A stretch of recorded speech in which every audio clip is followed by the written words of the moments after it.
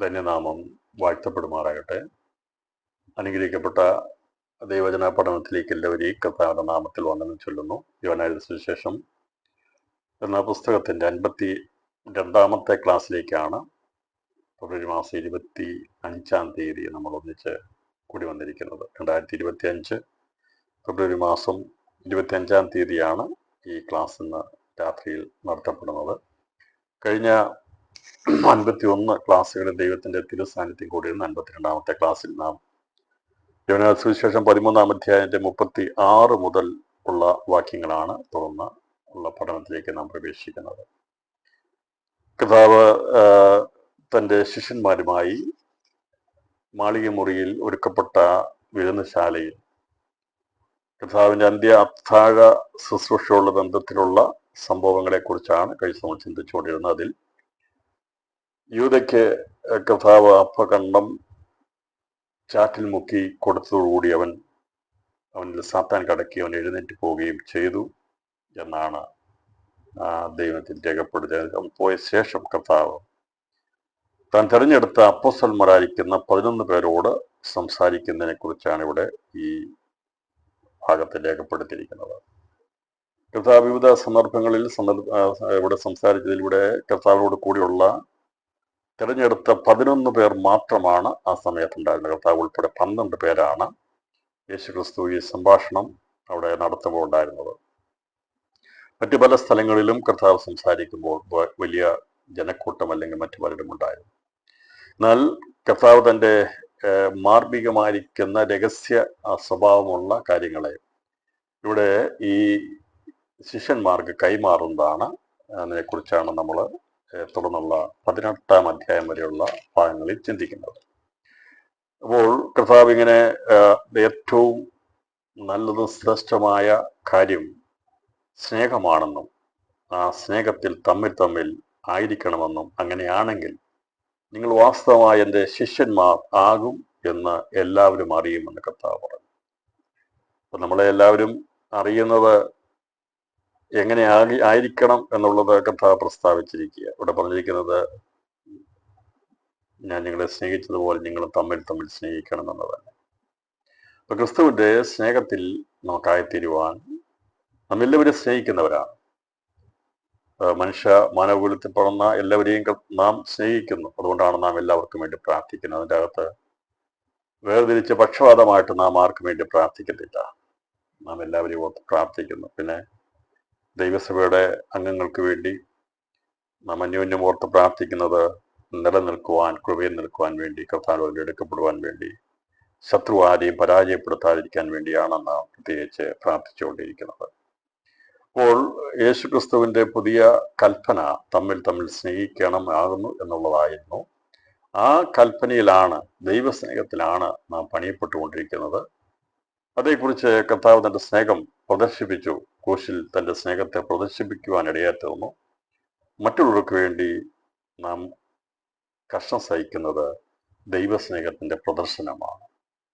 നമ്മളും നമ്മുടെ സ്വന്തം കാര്യം മാത്രം അന്വേഷിച്ച് നോക്കിയിരുന്നാൽ വേലയും കൂലിയും ജീവിതമായി മുമ്പോട്ട് പോയാൽ മതി. എന്നാൽ നാം അതിനപ്പുറമായി സമയം കണ്ടെത്തി ഇടിവിൽ നിന്ന് പ്രാർത്ഥിക്കുന്നതും നമ്മുടെ നാവോടും സുവിശേഷം നടത്തുന്നതും മറ്റുള്ളവർക്ക് വേണ്ടി നാം പ്രാർത്ഥിക്കുന്നതും അതെല്ലാം ദൈവസ്നേഹത്തിന്റെ ഒരു ഭാഗമാണ്. ഒരിക്കലും മതത്തിലേക്ക് ഒരു വ്യക്തിയെ കൊണ്ടുവരാനല്ല നാം പ്രവർത്തിക്കുന്നത്.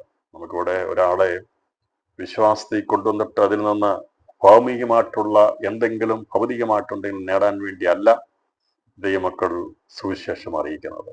അത് മനുഷ്യവംശം മുഴുവനും രക്ഷിക്കപ്പെടണമെന്നും നിത്യനരകാഗ്നിയിലേക്ക് പോകാതെ ക്രിസ്തുയേശു ക്രൂശിൽ കാണിച്ച സ്നേഹത്തിലേക്ക് എത്തിച്ചേർന്ന് മരണത്തിൽ നിന്ന് വിടുതൽ പ്രാപിച്ച് ജീവങ്കിലേക്ക് പ്രവേശിക്കണം എന്നുള്ള ഒരൊറ്റ താല്പര്യത്തോടെയാണ് ദൈവസഭ ആദിമ നൂറ്റാണ്ട് മുതൽ പ്രവർത്തിക്കുന്നതുമായി പരിശുദ്ധമാവിലായിരിക്കുന്നത്.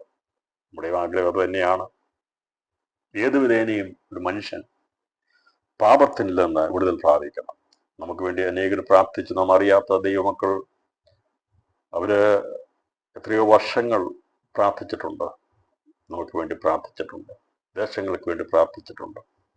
ഇന്നും ആ ചുവട് പിൻപറ്റുവാൻ പരിശുദ്ധാത്മാവ് ചിലരെ നിർത്തിയിരിക്കുന്ന ദേശങ്ങളിൽ നിർത്തിയിരിക്കുന്നതിനായി ദൈവത്തിന് ഞാൻ സ്തോത്രം ചെയ്യുന്നു. പിന്നെയും ക്രിസ്തുവിന്റെ സ്നേഹത്തിൽ വർദ്ധിച്ചു വരുവാൻ കർത്താവ് നമ്മെ സഹായിക്കട്ടെ. അങ്ങനെ മറ്റുള്ളവർ അറിയത്തക്കവണ്ണമുള്ള ഒരു ജീവിത നിലവാരം ദൈവമക്കൾക്ക് തമ്മിൽ ഉണ്ടെങ്കിൽ അത് എല്ലാവരും അറിയുവാൻ കഴിയാത്തത്. എന്നാൽ ഇങ്ങനെ എല്ലാവരെയും ദൈവസ്നേഹത്തെ അറിയപ്പെടുന്നതിന് സാത്താൻ സമ്മതിക്കാതെ നമ്മുടെ വഴക്കുകളും നമ്മുടെ പ്രശ്നങ്ങളും നമ്മുടെ ഏതെങ്കിലും ചെറിയ വിഷയങ്ങളുണ്ട് അത് പരസ്യപ്പെടുത്തി അതിനെ വല്ലാതെ പർവ്വതീകരിച്ചാണ് പലപ്പോഴും ദൈവസഭയെ തേജോവധം ചെയ്യാൻ വേണ്ടി ശത്രു കിണഞ്ഞ് പരിശ്രമിച്ചുകൊണ്ടിരിക്കും. പക്ഷെ അതിൽ നാം പരാജയപ്പെട്ടു പോകുകയല്ല. അവന്റെ സകല തന്ത്രങ്ങളെ അതിജീവിച്ച് ദൈവത്തിന്റെ സഭ മുൻപോട്ട് തന്നെ പോകുവാൻ പരിശുദ്ധാത്മാവ് തുണ നിൽക്കുന്നതിനായി സ്തോത്രം ചെയ്യാം. നമ്മളാലാവോളം ഇടർച്ച വരാതെ, മറ്റു ഇടർച്ച വരുത്താതെ ദൈവസ്നേഹത്തിൽ നമ്മളെ കൊണ്ട് ചെയ്യാവുന്ന കാര്യങ്ങൾ ചെയ്ത് ദൈവസന്നിധിയിൽ ആയിരിക്കാൻ കർത്താവ് നമ്മെ സഹായിക്കട്ടെ. അപ്പൊ അങ്ങനെ കർത്താവ് പറഞ്ഞ ശേഷമായി ശിമോൻ പത്രോസിനെ സംശയം തോന്നുകയാണ്. ശിമോൻ പത്രോസ് അവനോട്, കർത്താവേ, നീ എവിടെ പോകുന്നു എന്ന് ചോദിച്ച്, ഞാൻ പോകുന്ന ഇടത്തേക്ക് നിനക്ക് ഇപ്പോൾ എന്നെ അനുഗമിപ്പാൻ കഴിയുകയില്ല, പിന്നത്തേതിൽ നീ എന്നെ അനുഗമിക്കുമെന്ന് യേശു അവനോട് ഉത്തരം പറഞ്ഞു. ശിമോൻ പത്രോസ് ഇങ്ങനെ കർത്താവ് സംസാരിക്കുന്നത് ഒരു വിടവാങ്ങൽ സംസാരമാണ്, ഒരു പ്രസംഗമാണ് എന്ന് തിരിച്ചറിയാൻ. നമുക്കറിയാം, യാത്രയപ്പ് നടക്കുമ്പോൾ അവര് യാത്രയപ്പിന്റെ സന്ദേശം നമുക്ക് കേൾക്കുമ്പോൾ അറിയാം. ഒരു മീറ്റിംഗ് കേൾക്കുമ്പോൾ എന്താണെന്ന് അതിൻ്റെ അകത്തെ സബ്ജക്റ്റ് കേൾക്കുമ്പോൾ അറിയാം എന്താണെന്നുള്ളത്. കർത്താവ് ഇവിടെ ഇവിടെ സംസാരിക്കുമ്പോൾ പത്രോസിനും മറ്റുള്ളവർക്കും മനസ്സിലായി യേശു ക്രിസ്തു അവരെ വിട്ടുപിരിയാൻ പോകുന്നു. അതുകൊണ്ടാണ് പത്രോസ് അപ്രകാരം ഒരു ചോദ്യം യേശുവിനോട് ചോദിച്ചത്, നീ എവിടെ പോകുന്നു? നീ എവിടെ പോകുന്നു എന്ന് ചോദിച്ചു. അത് വിചാരിച്ചു എന്നും യേശു അവരോട് കൂടി ഇരിക്കുമെന്നാണ് അവർ വിചാരിച്ചത്. അല്ലെങ്കിൽ ഉടനെ യേശു അവരെ വിട്ടുപിരിയത്തില്ല. കാരണം യേശു സാധാരണ രീതിയിലുള്ള ഒരു മരണമാണെങ്കിൽ യവനയുഗ്നാരിക്കുന്ന യേശു മരിക്കാൻ സമയമായില്ല. അപ്പോൾ നോക്കിയപ്പോൾ അങ്ങനെ ഒരു മരണം യേശുവിൽ സംഭവിക്കാനുള്ള സമയമായിട്ടില്ല. ഇനിയും എത്രയോ വർഷങ്ങൾ കൂടി യേശുവിന് ഭൂമി അവർക്ക് ജീവിക്കാമെന്ന കണക്കൂട്ടൽ അവർക്കുണ്ടായിരുന്നു. എന്നാൽ കർത്താവ് അവരോട് പറഞ്ഞു, കുഞ്ഞുങ്ങളെ, ഞാൻ ഇനി കുറഞ്ഞൊന്നും മാത്രം നിങ്ങളോട് കൂടിയിരിക്കും. നിങ്ങൾ എന്നെ അന്വേഷിക്കും. ഞാൻ പോകുന്നിടത്ത് നിങ്ങൾക്ക് വരുവാൻ കഴിയുകയില്ല എന്ന് ഞാൻ യഹൂദന്മാരോട് പറഞ്ഞതുപോലെ ഇന്ന് നിങ്ങളോട് പറയുന്നു എന്ന് പറഞ്ഞു. കർത്താവ് യഹൂദന്മാരോട് പറഞ്ഞതുപോലെ 7-ാം അധ്യായം അതിന്റെ 13-14 വാക്യങ്ങളിൽ നിങ്ങൾക്ക് ഞാൻ പോകുന്ന ഇടത്തേക്ക് വരാൻ കഴിയത്തില്ല. എന്നാൽ ഇവിടെ കർത്താവ് പറഞ്ഞ് കുറഞ്ഞൊന്നും മാത്രം നിങ്ങളോട് കൂടി ഇരിക്കും, നിങ്ങൾ എന്നെ അന്വേഷിക്കും, ഞാൻ പോകുന്ന ഇടത്തേക്ക് നിങ്ങൾക്ക് വരുവാൻ കഴിയില്ല. കർത്താവിനോട് പറഞ്ഞിട്ട് താൻ ഈ ലോകം വിട്ടു പോവുകയാണ്, പിതാവ് തന്നെ അയച്ച സ്ഥലത്തേക്ക് പോവുകയാണ് എന്ന് പറഞ്ഞിട്ട് കർത്താവ് പറഞ്ഞു കഴിഞ്ഞപ്പോൾ ശിമോൻ പത്രോസ് ചോദിച്ചു, നീ ഒരിക്കലും യേശുവിനെ കാണാൻ കഴിയത്തില്ലേ? അങ്ങനെ ഒരു യാത്ര പറച്ചിലാണോ എന്നുള്ളത് അവന്റെ മനസ്സിൽ തിങ്ങലുണ്ടായി, വേദനയുണ്ടായി, വിങ്ങലുണ്ടായി. അവൻ ചോദിച്ചത്, കർത്താവേ, നീ എവിടെ പോകുന്നു എന്ന് ചോദിച്ചതിന്, ഞാൻ പോകുന്ന ഇടത്തേക്ക് നിനക്ക് ഇപ്പോൾ എന്നെ അനുഗമിപ്പാൻ കഴിയുകയില്ല, പിന്നത്തേതിൽ നീ എന്നെ അനുഗമിക്കണം. നമുക്കറിയാം, മർക്കോസ് സുവിശേഷം 1-ാം അധ്യായം അതിന്റെ 17-ാം വാക്യത്തിലൊക്കെ എന്നെ അനുഗമിപ്പീൻ എന്ന് പറഞ്ഞാണ് കർത്താവിന്റെ ശിഷ്യന്മാരെ അവരെ വിളിച്ചത്. അപ്പോൾ എന്നെ അനുഗമിപ്പീൻ എന്ന് പറഞ്ഞ് ഇപ്പോൾ കർത്താവ് പറയുകയാണ്, നിങ്ങൾക്ക് എന്നെ അനുഗമിപ്പാൻ കഴിയുകയില്ല എന്ന് പറഞ്ഞപ്പോൾ അവരതിൻ്റെ അകത്തെ ആ വ്യത്യാസം എന്താണെന്ന് അവർക്കപ്പോൾ മനസ്സിലായില്ല. കർത്താവ് പറഞ്ഞു, നിങ്ങൾക്ക് അടുത്ത് ഇപ്പോൾ നിനക്ക് എന്നെ അനുഗമിപ്പാൻ കഴിയും. അപ്പോൾ അവൻ വിചാരിച്ചു, എന്നെ വിളിച്ചപ്പോൾ എന്നെ അനുഗമിപ്പാൻ എന്ന് പറഞ്ഞ് വിളിച്ച കർത്താവിന്റെ വിളി ഇവിടം വരെ ഉള്ളോ, ഇവിടെ വിട്ടിട്ട് എവിടെ പോവുകയാണ് എന്നുള്ള ചിന്ത അവന്റെ മനസ്സിലുണ്ടായപ്പോൾ അവനിൽ ഉണ്ടായ സംശയം എന്താണെന്ന് യേശു തിരിച്ചറിഞ്ഞാണ് പറഞ്ഞത്, ഇപ്പോൾ എന്നെ അനുഗമിപ്പാൻ കഴിയില്ല, പിന്നത്തേതിൽ നീ എന്നെ അനുഗമിക്കും എന്ന് യേശു അവനോട് ഉത്തരം പറഞ്ഞു. ഈ 21-ാം അധ്യായം 19-ാം വാക്യം വായിക്കുമ്പോൾ നമുക്ക് വളരെ വ്യക്തമായിട്ട് അത് കാണാൻ സാധിക്കുന്നുണ്ട്. കർത്താവ് പറഞ്ഞത് അപ്പോൾ അനുഗമിക്കാൻ കഴിയത്തില്ല, പിന്നത്തേതിൽ നീ എന്നെ അനുഗമിക്കും എന്ന് പറഞ്ഞു. 19-ാം വാക്യത്തിൽ അതിനാൽ അവൻ ഇന്ന വിധം മരണം കൊണ്ട് അവൻ ദൈവത്തെ മഹത്വപ്പെടുത്തും എന്ന് അവൻ സൂചിപ്പിച്ചു. ഇത് പറഞ്ഞിട്ട് എന്നെ അനുഗമിക്ക എന്ന് അവനോട് പറഞ്ഞു. അപ്പോൾ വീണ്ടും കർത്താവ് പറയുകയാണ്, എന്നെ പുനരുത്ഥാനത്തിന് ശേഷമായി കർത്താവ് പത്രോസ് എന്നെ അനുഗമിക്കുക എന്നുള്ളത്. അപ്പോൾ ഈ ചുരുങ്ങിയ സമയം ഇരുളിന്റെ പ്രവൃത്തി ഉണ്ടായപ്പോൾ അവൻ ഒറ്റപ്പെടണം, ഇടയനെ വിട്ട് മാടികൾ ചിതറിപ്പോകും, ആരും അവനെ അനുഗമിപ്പാൻ കൂടെ നടക്കുവാൻ പാടില്ല എന്നുള്ളത് കൊണ്ടാണ് കർത്താവ് പറഞ്ഞത്, നിനക്ക് ഇപ്പോൾ എന്നെ അനുഗമിപ്പാൻ കഴിയില്ല, പിന്നത്തേതിൽ നീ എന്നെ അനുഗമിക്കുമെന്ന് യേശുവോട് ഉത്തരം പറഞ്ഞു. പത്രോസിനോട്, കർത്താവേ, ഇപ്പോൾ എനിക്ക് നിന്നെ അനുഗമിപ്പാൻ കഴിയാത്തത് എന്തെന്ന് ചോദിച്ചു. പത്രോസ് വിട്ടുകൊടുക്കുന്നില്ല. അവനറിയണം, അതാണ് സ്നേഹത്തിന്റെ ആധിക്യം. നീ എവിടെ നിന്ന് പോകുന്നുള്ള രീതിയല്ല. അവർക്കത് അവന് തൃപ്തിയായതില്ല. യേശുവിൻ പറയുന്നത് കേട്ടിട്ട് അവനത് തൃപ്തിയായില്ല. അവന് യേശുവിനെ വിട്ടുപിരിയാൻ സാധിക്കുന്നില്ല. അതുകൊണ്ടാണ് അവൻ അങ്ങനെ ചോദ്യങ്ങൾ വീണ്ടും ആവർത്തിച്ചുകൊണ്ടിരുന്നത്. പത്രോസിന്റെ സ്നേഹം, പത്രോസിന് അറിയാനുള്ള ജിജ്ഞാസ, അല്ലെങ്കിൽ അവന്റെ ആ ഹൃദയത്തിലെ വേദനയാണ് ഈ ചോദ്യങ്ങൾ അവനെ കൊണ്ട് ചോദിപ്പിക്കുന്നത്. പറയാണ്, ഇപ്പോൾ എനിക്ക് നിന്നെ അനുഗമിപ്പാൻ കഴിയാത്തത് എന്ത് എന്ന് ചോദിച്ചു. എന്താണ് നീ ഇങ്ങനെ പറഞ്ഞത്? എന്താ? ഞാൻ ഇതുവരെ സകലവും വിട്ട് നിന്നെ അനുഗമിച്ചല്ലോ, ഞങ്ങൾ അനുഗമിച്ചല്ലോ, ഇനിയും ഞങ്ങൾക്ക് എന്തുകൊണ്ട് നിന്നെ അനുഗമിപ്പാൻ കഴിയത്തില്ല? എത്രയോ പ്രശ്നങ്ങൾ അഭിമുഖീകരിച്ച 3.5 വർഷം എന്തെല്ലാം പ്രതികൂലങ്ങൾ കണ്ടതാ. എത്രയോ പേർ കല്ലെറിയാൻ വേണ്ടി കല്ലെടുത്തതാ. ഞങ്ങളന്ന് കൂടെ നിന്നു. യേശുവിന്റെ ശിഷ്യന്മാർ വിട്ടുപിരിഞ്ഞില്ല. എല്ലാവരും പിന്തിരിഞ്ഞു പോയപ്പോൾ യേശു ചോദിച്ചു, നിങ്ങൾക്കും പോകുവാൻ മനസ്സുണ്ടോ എന്ന് ചോദിച്ചപ്പോൾ പത്രോസ് പറഞ്ഞു, നിത്യജീവന്റെ മൊഴികൾ നിന്റെ പക്കലുണ്ട്, നിന്നെ വിട്ടിട്ട് ഞങ്ങൾ ആരുടെ അടുക്കൽ പോകുമെന്ന് അവൻ ചോദിച്ചു. അപ്പോൾ ആ അനുഗമിച്ച പത്രോസ് സ്നേഹത്തിന്റെ ആധിക്യത്തിൽ യേശുവോട് പറയുക, ഞങ്ങൾ ഏതെല്ലാം പ്രതിസന്ധികളെ തരണം ചെയ്ത് നിന്നെ അനുഗമിച്ചതാ. ഇന്ന് രാത്രിയിൽ നമുക്ക് ഒരുപാട് സാക്ഷ്യങ്ങൾ പറയാനുണ്ട്. കർത്താവേ, ഞങ്ങൾ ഇറങ്ങിത്തിരിച്ച നാൾ മുതൽ ഇതുവരെയും എത്രയോ പ്രതിസന്ധികളും പ്രശ്നങ്ങളും ഒക്കെ അഭിമുഖീകരിച്ച നിന്നെ ഞങ്ങൾക്ക് അനുഗമിപ്പാൻ സാധിച്ചിരിക്കുന്നത്. അപ്പോൾ അവര് ആ 3.5 വർഷത്തെ ജീവിതാനുഭവം വെച്ച് പറയുക, കർത്താവേ, സുഖത്തിൽ മാത്രമല്ല, അത്ഭുതങ്ങൾ അടയാളങ്ങൾ നടന്നപ്പോൾ മാത്രമല്ല, ഏതെല്ലാം വിഷയങ്ങൾ അങ്ങ് അഭിമുഖീകരിച്ചോ അതിനെല്ലാം ഞങ്ങൾ സാക്ഷികളായിരുന്നു, ഞങ്ങൾ കൂടെ ഉണ്ടായിരുന്നു. നിന്നെ കല്ലെറിയാൻ എടുത്തപ്പോൾ അത് ഞങ്ങളെ കൂടി കല്ലെറിയേണ്ടതാ. എന്നാൽ നമ്മൾ ഒരുമിച്ചല്ലേ പല സ്ഥലങ്ങളിൽ യാത്ര ചെയ്തത്. നീ ഞങ്ങളെ വിട്ടുപോയിട്ടില്ലോ, നീ രഹസ്യമായിട്ട് എങ്ങും പോയി ഇരുന്നിട്ടില്ലല്ലോ. 3.5 വർഷവും യേശു പരസ്യമായി അവരോട് കൂടെ ഉണ്ടായിരുന്നു. എന്നാൽ കഥ പറഞ്ഞു, ഇനി ഞാൻ ഒറ്റയ്ക്ക് കഷ്ടം സഹിക്കാൻ പോവുകയാണ്, ഏകനായി ഞാൻ ആ ദൗത്യം പൂർത്തീകരിക്കാൻ പോവുകയാണ്. അതിന് ഉള്ള സമയമായി. അതുകൊണ്ട് ഞാൻ പോകുന്ന ആ ക്രൂശിലേക്ക്, കഷ്ടതയിലേക്ക് ഇപ്പോൾ നിനക്ക് വരാൻ കഴിയത്തില്ല പത്രോസേ. എന്നാൽ പിന്നത്തേതിൽ നീ എന്നെ അനുഗമിക്കും. ഞാൻ പോയ കഷ്ടതയുടെ പാത, ഞാൻ തെരഞ്ഞെടുത്ത മരണം, അത് നീയും മറ്റുള്ള ആൾക്കാരുടെ കയ്യാൽ നീ മരിക്കപ്പെടും. എനിക്കിഷ്ടമില്ലാത്തടത്ത് ഞാൻ അരകെട്ടി കൊണ്ടുപോകും എന്ന് പറഞ്ഞുകൊണ്ട് കർത്താവിനോട് പറഞ്ഞപ്പോൾ കർത്താവ് പറഞ്ഞു, ഇപ്പോൾ ഞാൻ ഏകനായിട്ടാണ് ഇത് ചെയ്യേണ്ടത്. പിതാവ് ഈ തന്ന ദൗത്യം ചെയ്യുവാൻ അതിൽ നിങ്ങൾക്ക് ആർക്കും പങ്കില്ല. ഞാൻ ഏകനായി ചെയ്യേണ്ടത്. എന്നാൽ ഞാൻ പോയ ശേഷം എൻ്റെ പാത പിന്തുടരുവാനുള്ളവരാണ് നിങ്ങൾ എന്നുള്ള അർത്ഥത്തിലാണ് കർത്താവ് പറഞ്ഞത്. പിന്നത്തേതിൽ നീ എന്നെ അനുഗമിക്കുമെന്ന് പറഞ്ഞു. പത്രോസിനോട്, കർത്താവേ, ഇപ്പോൾ എനിക്ക് നിന്നെ അനുഗമിപ്പാൻ കഴിയാത്തത് എന്ത്? ഞാൻ എൻ്റെ ജീവനെ നിനക്ക് വേണ്ടി വെച്ചു കളയും എന്ന് പറഞ്ഞു. നിനക്ക് വേണ്ടി ഞാൻ എൻ്റെ ജീവനെ വരെ വെക്കാൻ തയ്യാറാണ്. അതിൻ്റെ അർത്ഥം പത്രോസ് വെറുതെ പറഞ്ഞതല്ലത്. പത്രോസ് അവന് യേശുവിനോട് മരിക്കാൻ തയ്യാറാണ്. യേശുവിന് പകരമായിട്ട് അവൻ മരിക്കാൻ തയ്യാറാണ്. യേശു സ്വതന്ത്രനാകണം. ഞാൻ പറയാം, ഞാൻ എൻ്റെ ജീവൻ നിനക്ക് വേണ്ടി വെച്ച് കളയും, ഞാൻ എൻ്റെ ജീവൻ നിനക്ക് വേണ്ടി വെച്ച് കളയുന്നത്.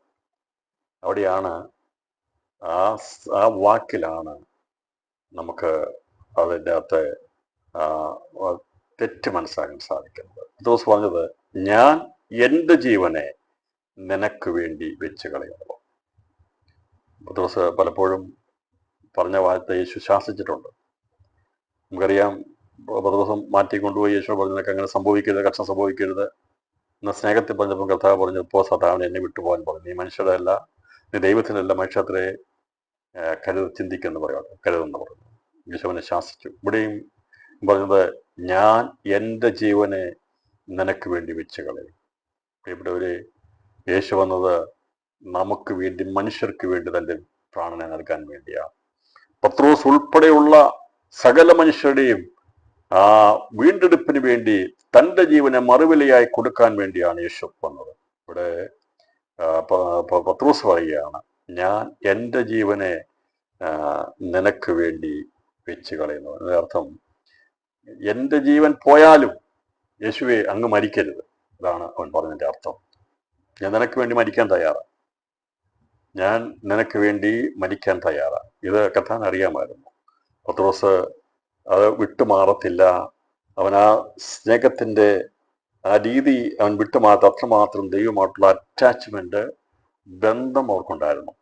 നമ്മൾ ഈ പത്രോസിനെയും ശിഷ്യന്മാരെ കുറിച്ചൊക്കെ പഠിക്കുമ്പോൾ എൻ്റെ പ്രിയപ്പെട്ടവരെ, അത് അവരുടെ സ്നേഹത്തെക്കുറിച്ചൊക്കെ വളരെ കരുതലോടെ നാം മനസ്സിലാക്കി എടുക്കേണ്ടിയിരിക്കുന്നു. പലരും പ്രസംഗിക്കുമ്പോൾ, പലരും ചിന്തിക്കുമ്പോഴൊക്കെ ഒരു സാധാരണ രീതിയിലുള്ള ആൾക്കാരായിട്ട് ചിന്തിക്കും. അങ്ങനെയല്ല. ആ കാലഘട്ടത്തിൽ വലിയ പ്രതികൂലങ്ങളെയും പ്രതിസന്ധികളെയും പാരമ്പര്യങ്ങളെയും ഒക്കെ മുമ്പിൽ നിന്നപ്പോൾ അതിനൊന്നും വകവയ്ക്കാതെ ഇറങ്ങിത്തിരിച്ച കർത്താവിന്റെ ശിഷ്യന്മാർ അവസാനം ഈ പത്രോസ് പറയുക, ഒന്നാമനായിട്ട് പത്രോസ് പറയുക, നിനക്ക് വേണ്ടി മരിക്കാൻ ഞാൻ തയ്യാറാണ്. കർത്താവ് പറഞ്ഞു, അത് പത്രോസെ, ദൈവത്തിന് ഹിതം അതല്ല. നീ എനിക്ക് വേണ്ടിയല്ല മരിക്കേണ്ടത്, നീ ഉൾപ്പെടെയുള്ള മനുഷ്യവംശത്തിന് വേണ്ടി മരിപ്പാനായിട്ട് ലോകത്ത് വന്നവനാണ്. കർത്താവ് പറഞ്ഞു, ഒരു കാര്യം ചെയ്യും, നീ അങ്ങനെയൊക്കെ പറഞ്ഞല്ലോ, കാരണം യേശു നിന്റെ ജീവൻ എനിക്ക് വേണ്ടി വെച്ച് കളയുമോ? യേശുവിനോട് ചോദിച്ചു, നിന്റെ ജീവനെ എനിക്ക് വേണ്ടി വെച്ച് കളയുമോ? ഇത് ചോദ്യമാണ്. തിരിച്ചങ്ങോട്ട് ചോദിച്ചു, നീ പറഞ്ഞല്ലോ നിനക്കിതുവരെ മനസ്സിലായില്ലല്ലേ പത്രോസെ, നിനക്കെന്നെ മനസ്സിലായില്ല. അത് പത്രോസ് ആരാന്ന് നമുക്കറിയാം. യേശുവിനെ കുറിച്ച് യേശു സാക്ഷാത് ദൈവത്തിനൊന്നും ഒക്കെ പറഞ്ഞവനാ. പക്ഷെ മനുഷ്യന്റെ ചിന്തകൾക്ക് മാറ്റമുണ്ടാകുന്നതാണ്. നമ്മുടെ പഠിത്തം എത്രമാത്രം പഠിച്ചാലും, നാം എത്രമാത്രം ഗ്രഹിച്ചാലും, എന്തെല്ലാം മനസ്സിലാക്കിയാലും, ഒരു ചെറിയ വിഷയം വരുമ്പോൾ നമ്മളെല്ലാം ആടി വലയും. പണ്ട് പറഞ്ഞ സാക്ഷിയൊക്കെ മറന്നുപോകും, ഇല്ല വിട്ടുപോകും. അങ്ങനെയല്ലേ? സാക്ഷി അതൊക്കെ സ്വാഭാവികമാണ്. മനുഷ്യ ജീവിതത്തിൽ വിടുതൽ കിട്ടുമ്പോൾ നാം വലിയ കാര്യങ്ങളൊക്കെ പറയും. കുറച്ച് കഴിയുമ്പം പിന്നെയും പ്രശ്നം വരുമ്പോൾ പഴയതെല്ലാം മറന്നു പോകും. ചെങ്കടൽ പേർന്ന് കണ്ടു, എല്ലാം കണ്ടു, പക്ഷേ ചെറിയ വിഷയം, ഇറച്ചി കിട്ടിയില്ല, മീനില്ല, മറ്റെല്ലാം മറന്നുപോയി. ഇപ്പം ചെങ്കടൽ വിഭജിച്ചതും മന്ന വീഴുന്നതൊക്കെ മറന്നുപോയി. മനുഷ്യനാണ്. പത്രോസ് ഒക്കെ മനുഷ്യനായിട്ടുള്ള നിലവാരത്തിൽ പറയുമ്പോൾ, അത് വെളിപ്പെടുത്തുമ്പോൾ കർത്താവ് പറഞ്ഞു, നിങ്ങൾക്ക് മാറ്റമുണ്ടാകും, എനിക്ക് മാറ്റമില്ലാത്തവനാണ്, ഒരിക്കലും മാറ്റമില്ലാത്തവനാണ്. പത്രോസിന്റെ ജീവിതത്തെക്കുറിച്ച് ഞാനിവിടെ കൂടുതലായിട്ട് വിസ്തരിക്കുന്നില്ല. ഇവിടെ പത്രോസ് മാത്രമല്ല, തുടർന്ന് തോമസും ഇസ്രായേലല്ലാത്ത യൂദയും ചോദിക്കുന്ന ചോദ്യങ്ങൾ നമുക്ക് ഈ ദൈവത്തിനെ പഠിക്കാൻ വേണ്ടിയുള്ള ചോദ്യങ്ങളെ ദൈവാത്മാവിനെ കൂടി ചോദിപ്പിച്ചതാണ്. അതുകൊണ്ടാണ് ഇത്തരം ചോദ്യങ്ങളൊക്കെ അവർ ചോദിച്ചത്. അവരാ ചോദിച്ചത് അവർ വെറുതെ ചോദിച്ചതല്ല. അവര് ദൈവസ്നേഹത്തിൽ നിന്ന് അറിയാനുള്ള ജിജ്ഞാസയോട് ചോദിച്ചപ്പോൾ അത് നമുക്കെന്ന ഗുണീകരണത്തിനും മനസ്സിലാക്കാൻ വേണ്ടിയും നമുക്കത് ലഭിപ്പാട്ടിടയായി തീർന്നു. അപ്പം കർത്താവ് പറഞ്ഞപ്പോൾ അതിന് യേശു, നിന്റെ ജീവനെ എനിക്ക് വേണ്ടി വെച്ച് കളയുമോ എന്ന് ചോദിച്ചു. എന്നിട്ട് പറഞ്ഞു, ആമേൻ ആമേൻ, ഞാൻ നിന്നോട് പറയുന്നു, നീ 3 പ്രാവശ്യം എന്നെ തള്ളിപ്പറയുവോളം കോഴി കൂകയില്ല എന്ന് ഉത്തരം പറഞ്ഞു. എന്താ പറഞ്ഞു? ഇപ്പോൾ നീ മുമ്പ് നിൽക്കുകയാണ്, പക്ഷെ എനിക്കറിയാം ഉള്ളിൽ പ്രാണന് ഭീതി കടന്നു കഴിയുമ്പോൾ പിടിച്ചു നിൽക്കാൻ പറ്റത്തില്ല പത്രോസെ, നീ തന്നെ തള്ളിപ്പറയും. വേദന അങ്ങോട്ട് കയറിക്കഴിയുമ്പോൾ, പ്രാണഭയം വന്നു കഴിയുമ്പോൾ രക്ഷപ്പെടാനുള്ള പഴുതുണ്ടോ എന്ന് അന്വേഷിക്കും. പക്ഷേ ഞാൻ അങ്ങനെ രക്ഷപ്പെടാൻ വേണ്ടി വന്നവനല്ല, ഞാൻ മരിക്കാൻ വേണ്ടി വന്നവനാണ്. പക്ഷെ ഇന്ന് നീ മരിക്കാമെന്ന് മാനുഷികമായ നിലവാരത്തിൽ പറയുമ്പോൾ നിന്നെ ഇപ്പോഴതിന് സാധിക്കത്തില്ല. അതുകൊണ്ട് നിന്റെ ഹൃദയത്തിൽ അവിശ്വാസം ഉണ്ടാകാൻ പോവുകയാണ്. കാരണം അത് നിനക്ക് ദോഷമായിട്ടുള്ളതല്ല, നന്മയ്ക്കായിട്ടുള്ളത്. അന്നേരം പത്രോസിന്റെ ആ ജീവിതത്തിൽ കർത്താവ് ഇത് പറഞ്ഞത് അവനെ തള്ളിക്കളയുകയോ ഉപേക്ഷിക്കാനോ വേണ്ടിയിട്ടല്ല, ദൈവം അവനെ അകറ്റി നിർത്താൻ വേണ്ടി, താൻ കഷ്ടം അനുഭവിക്കുമ്പോൾ ഇവൻ ചേർന്ന് വരാതിരിക്കാൻ വേണ്ടി, ശിഷ്യന്മാർ ചേർന്ന് വരാതിരിക്കാൻ വേണ്ടിയാണ് യേശു ആ ഒരു സന്ദർഭത്തിൽ അങ്ങനെ അവരെ ആക്കിയത്. പറഞ്ഞു, നീ 3 പ്രാവശ്യം എന്നെ തള്ളിപ്പറയുവോളൂ കോഴി കൂകയില്ല എന്ന് ഉത്തരം പറഞ്ഞു. ഇതേക്കുറിച്ച് മറ്റു സുവിശേഷം രേഖപ്പെടുത്തിയിട്ടുണ്ട്. അത് പഠിക്കുമ്പോൾ ഞാൻ അത് കൂടുതൽ നമ്മൾ ദൈവം വെച്ചാൽ 4 സുവിശേഷങ്ങളുടെ ബന്ധത്തിലുള്ള താരതമ്യ പഠനത്തിൽ എടുക്കാം. അപ്പൊ ഇവിടെ ഈ പറഞ്ഞിരിക്കുന്നത് നീ 3 പ്രാവശ്യം എന്നെ തള്ളിപ്പറയുവോളും കോഴി കൂകയില്ല എന്ന് ഉത്തരം പറഞ്ഞു. കർത്താവ് പറഞ്ഞു, നീ മരിക്കാമെന്നൊക്കെ പറഞ്ഞ് മുമ്പിൽ നിൽക്കുന്നുണ്ട്. അങ്ങനെയാണ് നമ്മുടെയൊക്കെ സാക്ഷ്യങ്ങളൊക്കെ. അങ്ങനെയാണ്. എന്തൊരു സാക്ഷിയാണ് നമ്മളൊക്കെ പറയുന്നത് അല്ലേ? ഞാൻ പറഞ്ഞു, എനിക്കറിയാം, നിങ്ങളെ പറഞ്ഞുകൊണ്ട് എനിക്കറിയത്തില്ല. സ്ഥാനപ്പെട്ട് കഴിയുമ്പോൾ അതിന് എൻ്റെ ജീവാവസാനം വരെ കർത്താവിന് വേണ്ടി ജീവിക്കാനൊക്കെ വലിയ സാക്ഷ്യം പറയുന്നവരാണ്. പക്ഷെ കുറച്ച് കഴിയുമ്പോൾ ഒരു പനി വന്നാൽ മതി, പിന്നെ എല്ലാം മറന്നു, സാക്ഷ്യവും മറക്കും, എല്ലാം തീരും. അങ്ങനെ നമ്മളോട് ദൈവം കണക്കിടുന്നില്ല, ദൈവം ചോദിക്കുന്നില്ല.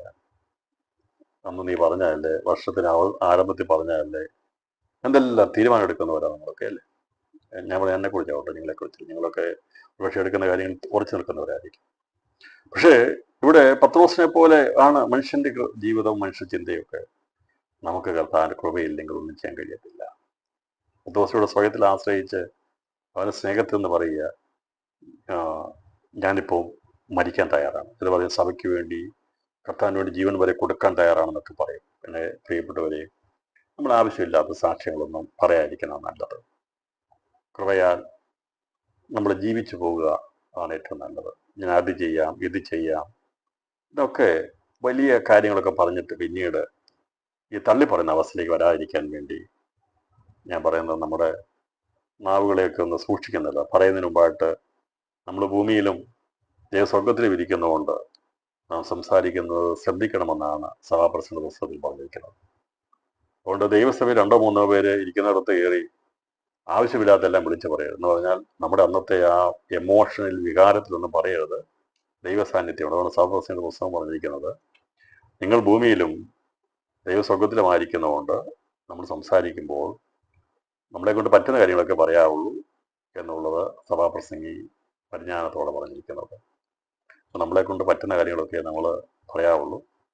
നമുക്ക് അതിശയോക്തിപരമായിട്ടുള്ള കാര്യങ്ങളൊന്നും എടുത്തു പറയാതെ ഒരു കാര്യം കൂടി പറഞ്ഞേക്കുക, ദൈവമേ നിന്റെ കൃപയുണ്ടെങ്കിൽ ഞാൻ ഇന്നത് ചെയ്യാം എന്ന് പറഞ്ഞ് ആ കാര്യങ്ങൾ പറയുന്നതായിരിക്കും നല്ലതെന്നാണ് ഇവിടെ നമുക്കിവിടെ കാണുന്നത്. ദിവസവും ഞാൻ എന്നുള്ള അവൻ്റെ ആ പക്ഷെ സ്നേഹത്തിൽ നിന്നുണ്ടായതാ, അവൻ്റെ ആ ആധിക്യത്തിൽ നിന്നുണ്ടായതാ. നമ്മളെല്ലാവരും അങ്ങനെയാ. അങ്ങനെ ഇപ്പോൾ തന്നെ ഞാൻ അത് ചെയ്യും എന്നൊക്കെ പറഞ്ഞ് മുന്നോട്ട് വരും. പക്ഷെ കഥ പറഞ്ഞു നടക്കത്തില്ല. നിനക്ക് എൻ്റെ കൃപയില്ലെങ്കിൽ ഒന്നും പറ്റത്തില്ല. ഇപ്പോൾ നിനക്ക് ഞാൻ ഈ കൃപ തരത്തുമില്ല. മനസ്സിലായി? നിനക്ക് ഞാൻ ഈ കൃപ തരത്തിൽ എന്നോടുകൂടെ മരിക്കാൻ നീ തയ്യാറാണെങ്കിൽ നീ ആ ഇഷ്ടപ്പെടുന്ന ആഗ്രഹം അത് നടത്താൻ ഞാൻ ആ കൃപ നൽകത്തില്ല. കാരണം എന്നോടുകൂടി ഒരൊറ്റ മനുഷ്യൻ പോലും നിങ്ങളാരും മരിക്കാൻ സമ്മതിക്കത്തില്ല. പക്ഷേ എന്നോടുകൂടെ മരിക്കാൻ 2 പേരെ സ്വർഗം കരുതിയിട്ടുണ്ട്. നമുക്കറിയാമല്ലോ, യേശു ഒറ്റയ്ക്കല്ല മരിച്ചത്.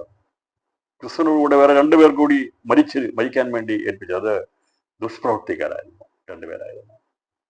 എന്നാൽ യേശു വിളിച്ചു ചേർത്ത വിശുദ്ധന്മാരായിരിക്കുന്ന അപ്പോസ്തലന്മാർ മരിക്കാൻ സമ്മതിച്ചില്ല.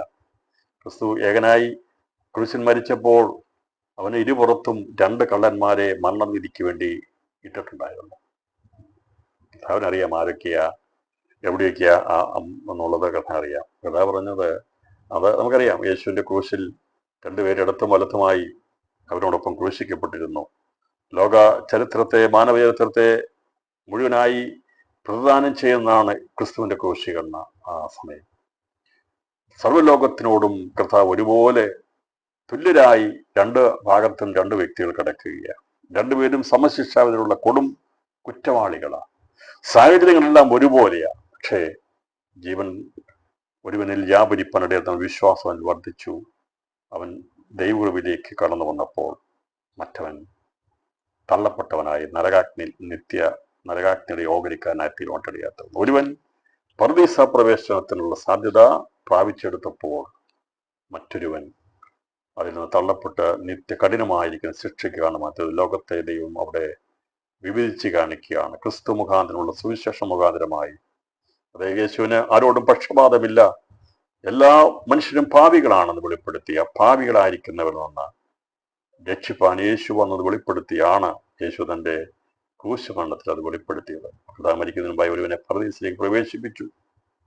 വളരെ കാണിക്കുന്നത് അവിടെ ഒരുപോലുള്ള സാഹചര്യം, എല്ലാവർക്കും ഒരുപോലുള്ള സാഹചര്യം, രക്ഷിക്കപ്പെടുവാനുള്ള സാഹചര്യം ഒരുപോലെ ദൈവം ഒരുക്കിയിരിക്കുന്നു. എന്നാൽ അവസരത്തിൽ ഒത്തവണ്ണം അത് പ്രാപിച്ചെടുക്കുവാൻ അത് ദൈവകൃപ ആവശ്യമാണ്. ആ സമയത്ത് മാനസാന്തരം ആവശ്യമാണ്.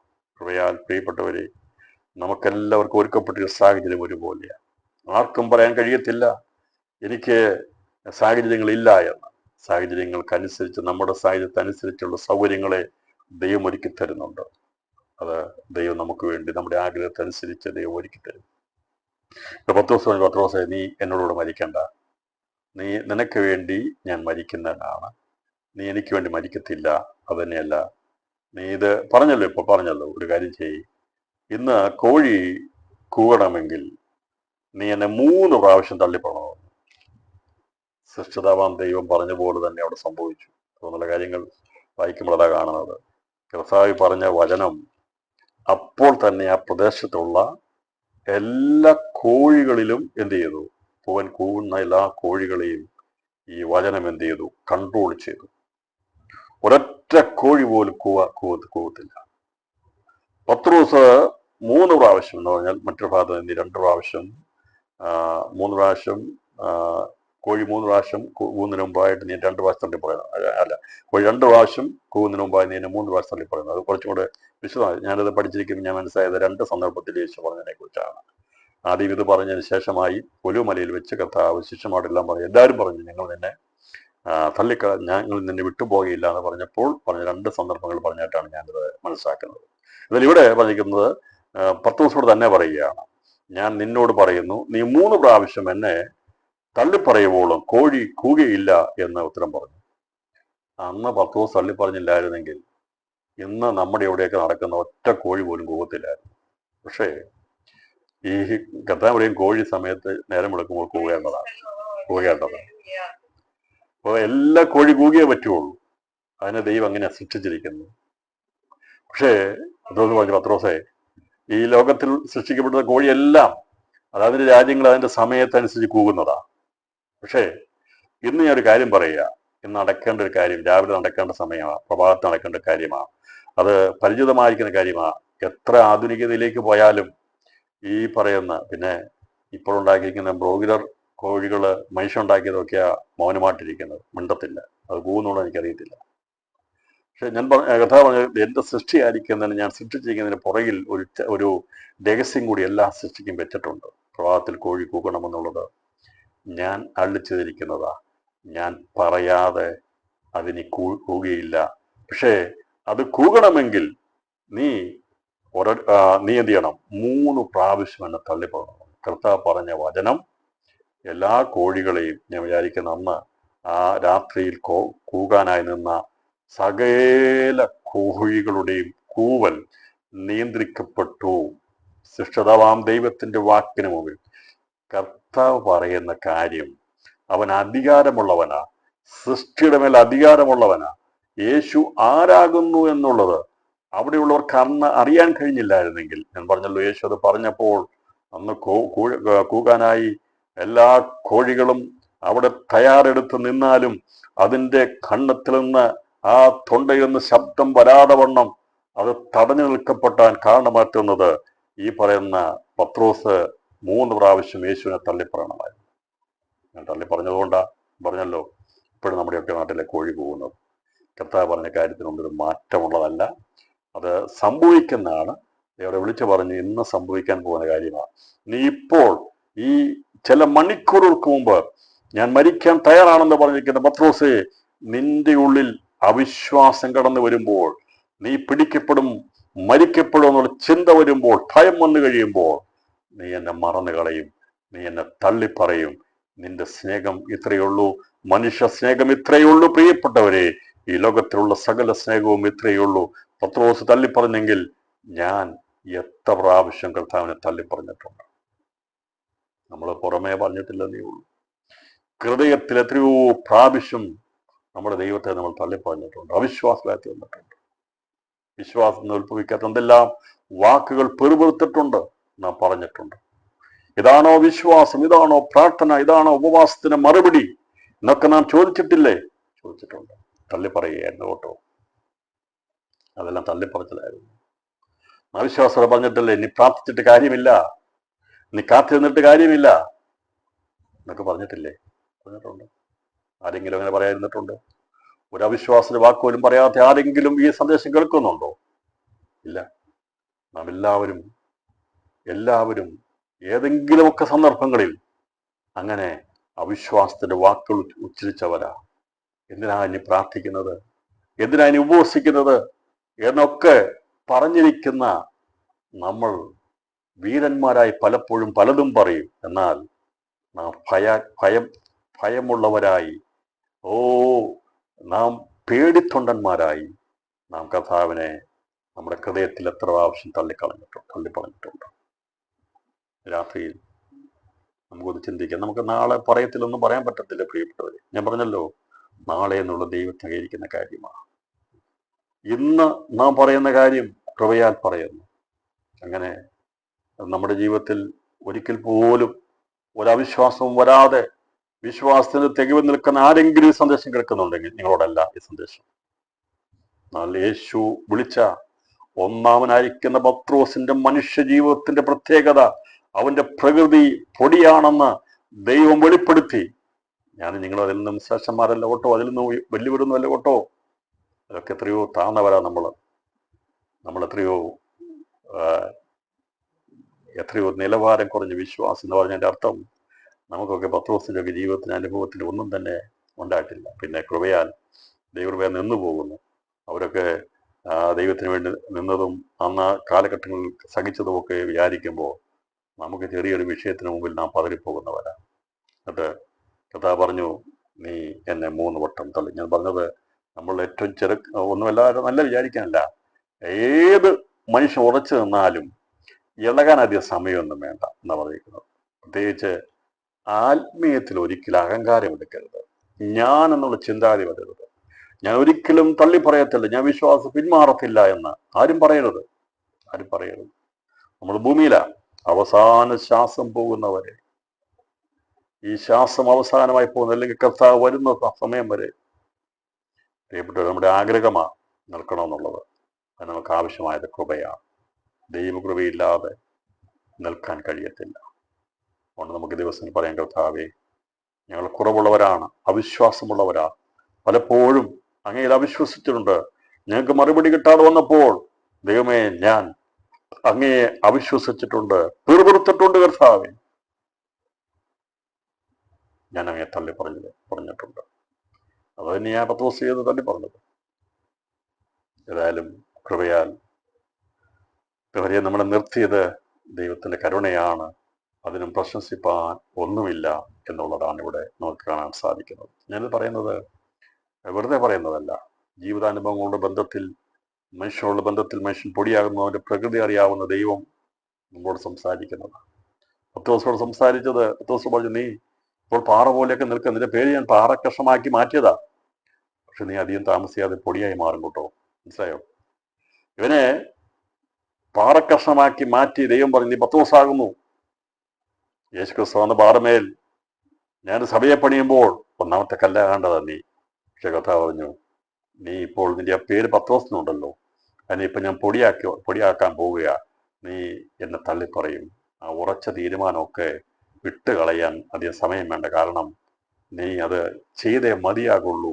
നീ എന്നോടുകൂടെ മരിക്കാനുള്ളവനല്ല, നീ ഞാൻ പോയ ശേഷം എൻ്റെ ശുശ്രൂഷ ചെയ്യാനുള്ളവനാണ്. അതുകൊണ്ടാണ് ദൈവം അനുവദിച്ചു കൊടുക്കാതെയത്.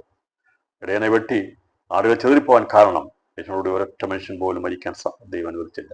ക്രിസ്തുവിന്റെ വിശുദ്ധമായ രക്തം ചൊരിയുന്ന സമയത്ത് മറ്റാരുടെയും രക്തം ചൊരിച്ചൽ ആവശ്യമില്ല. എന്നാൽ യേശു ക്രിസ്തു മരിച്ചടക്കപ്പെട്ട് ഉയർത്തെഴുന്നേറ്റ് അവൻ സ്വർഗാരോഹണം ചെയ്ത സഭ സ്ഥാപിക്കപ്പെട്ട ശേഷമായി വിശുദ്ധന്മാരുടെ രക്തം ഈ ഭൂമിയിൽ ചൊരിയപ്പെടുന്നുണ്ട് ദൈവസഭയ്ക്ക് വേണ്ടി.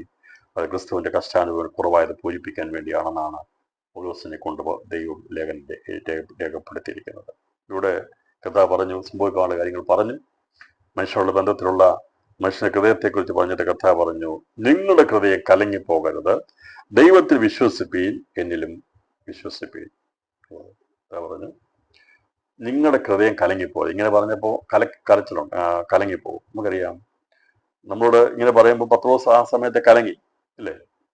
മുഖത്ത് നോക്കി എല്ലാവരും കേൾക്കെ പറയുക, പത്രോസെ നീ 3 പ്രാവശ്യം എന്നെ തള്ളി പറയുവോളൂ, കോഴി കൂകിയില്ല എന്ന് പറഞ്ഞു കഴിഞ്ഞാൽ ആടെ ഹൃദയം കലങ്ങിപ്പോകും.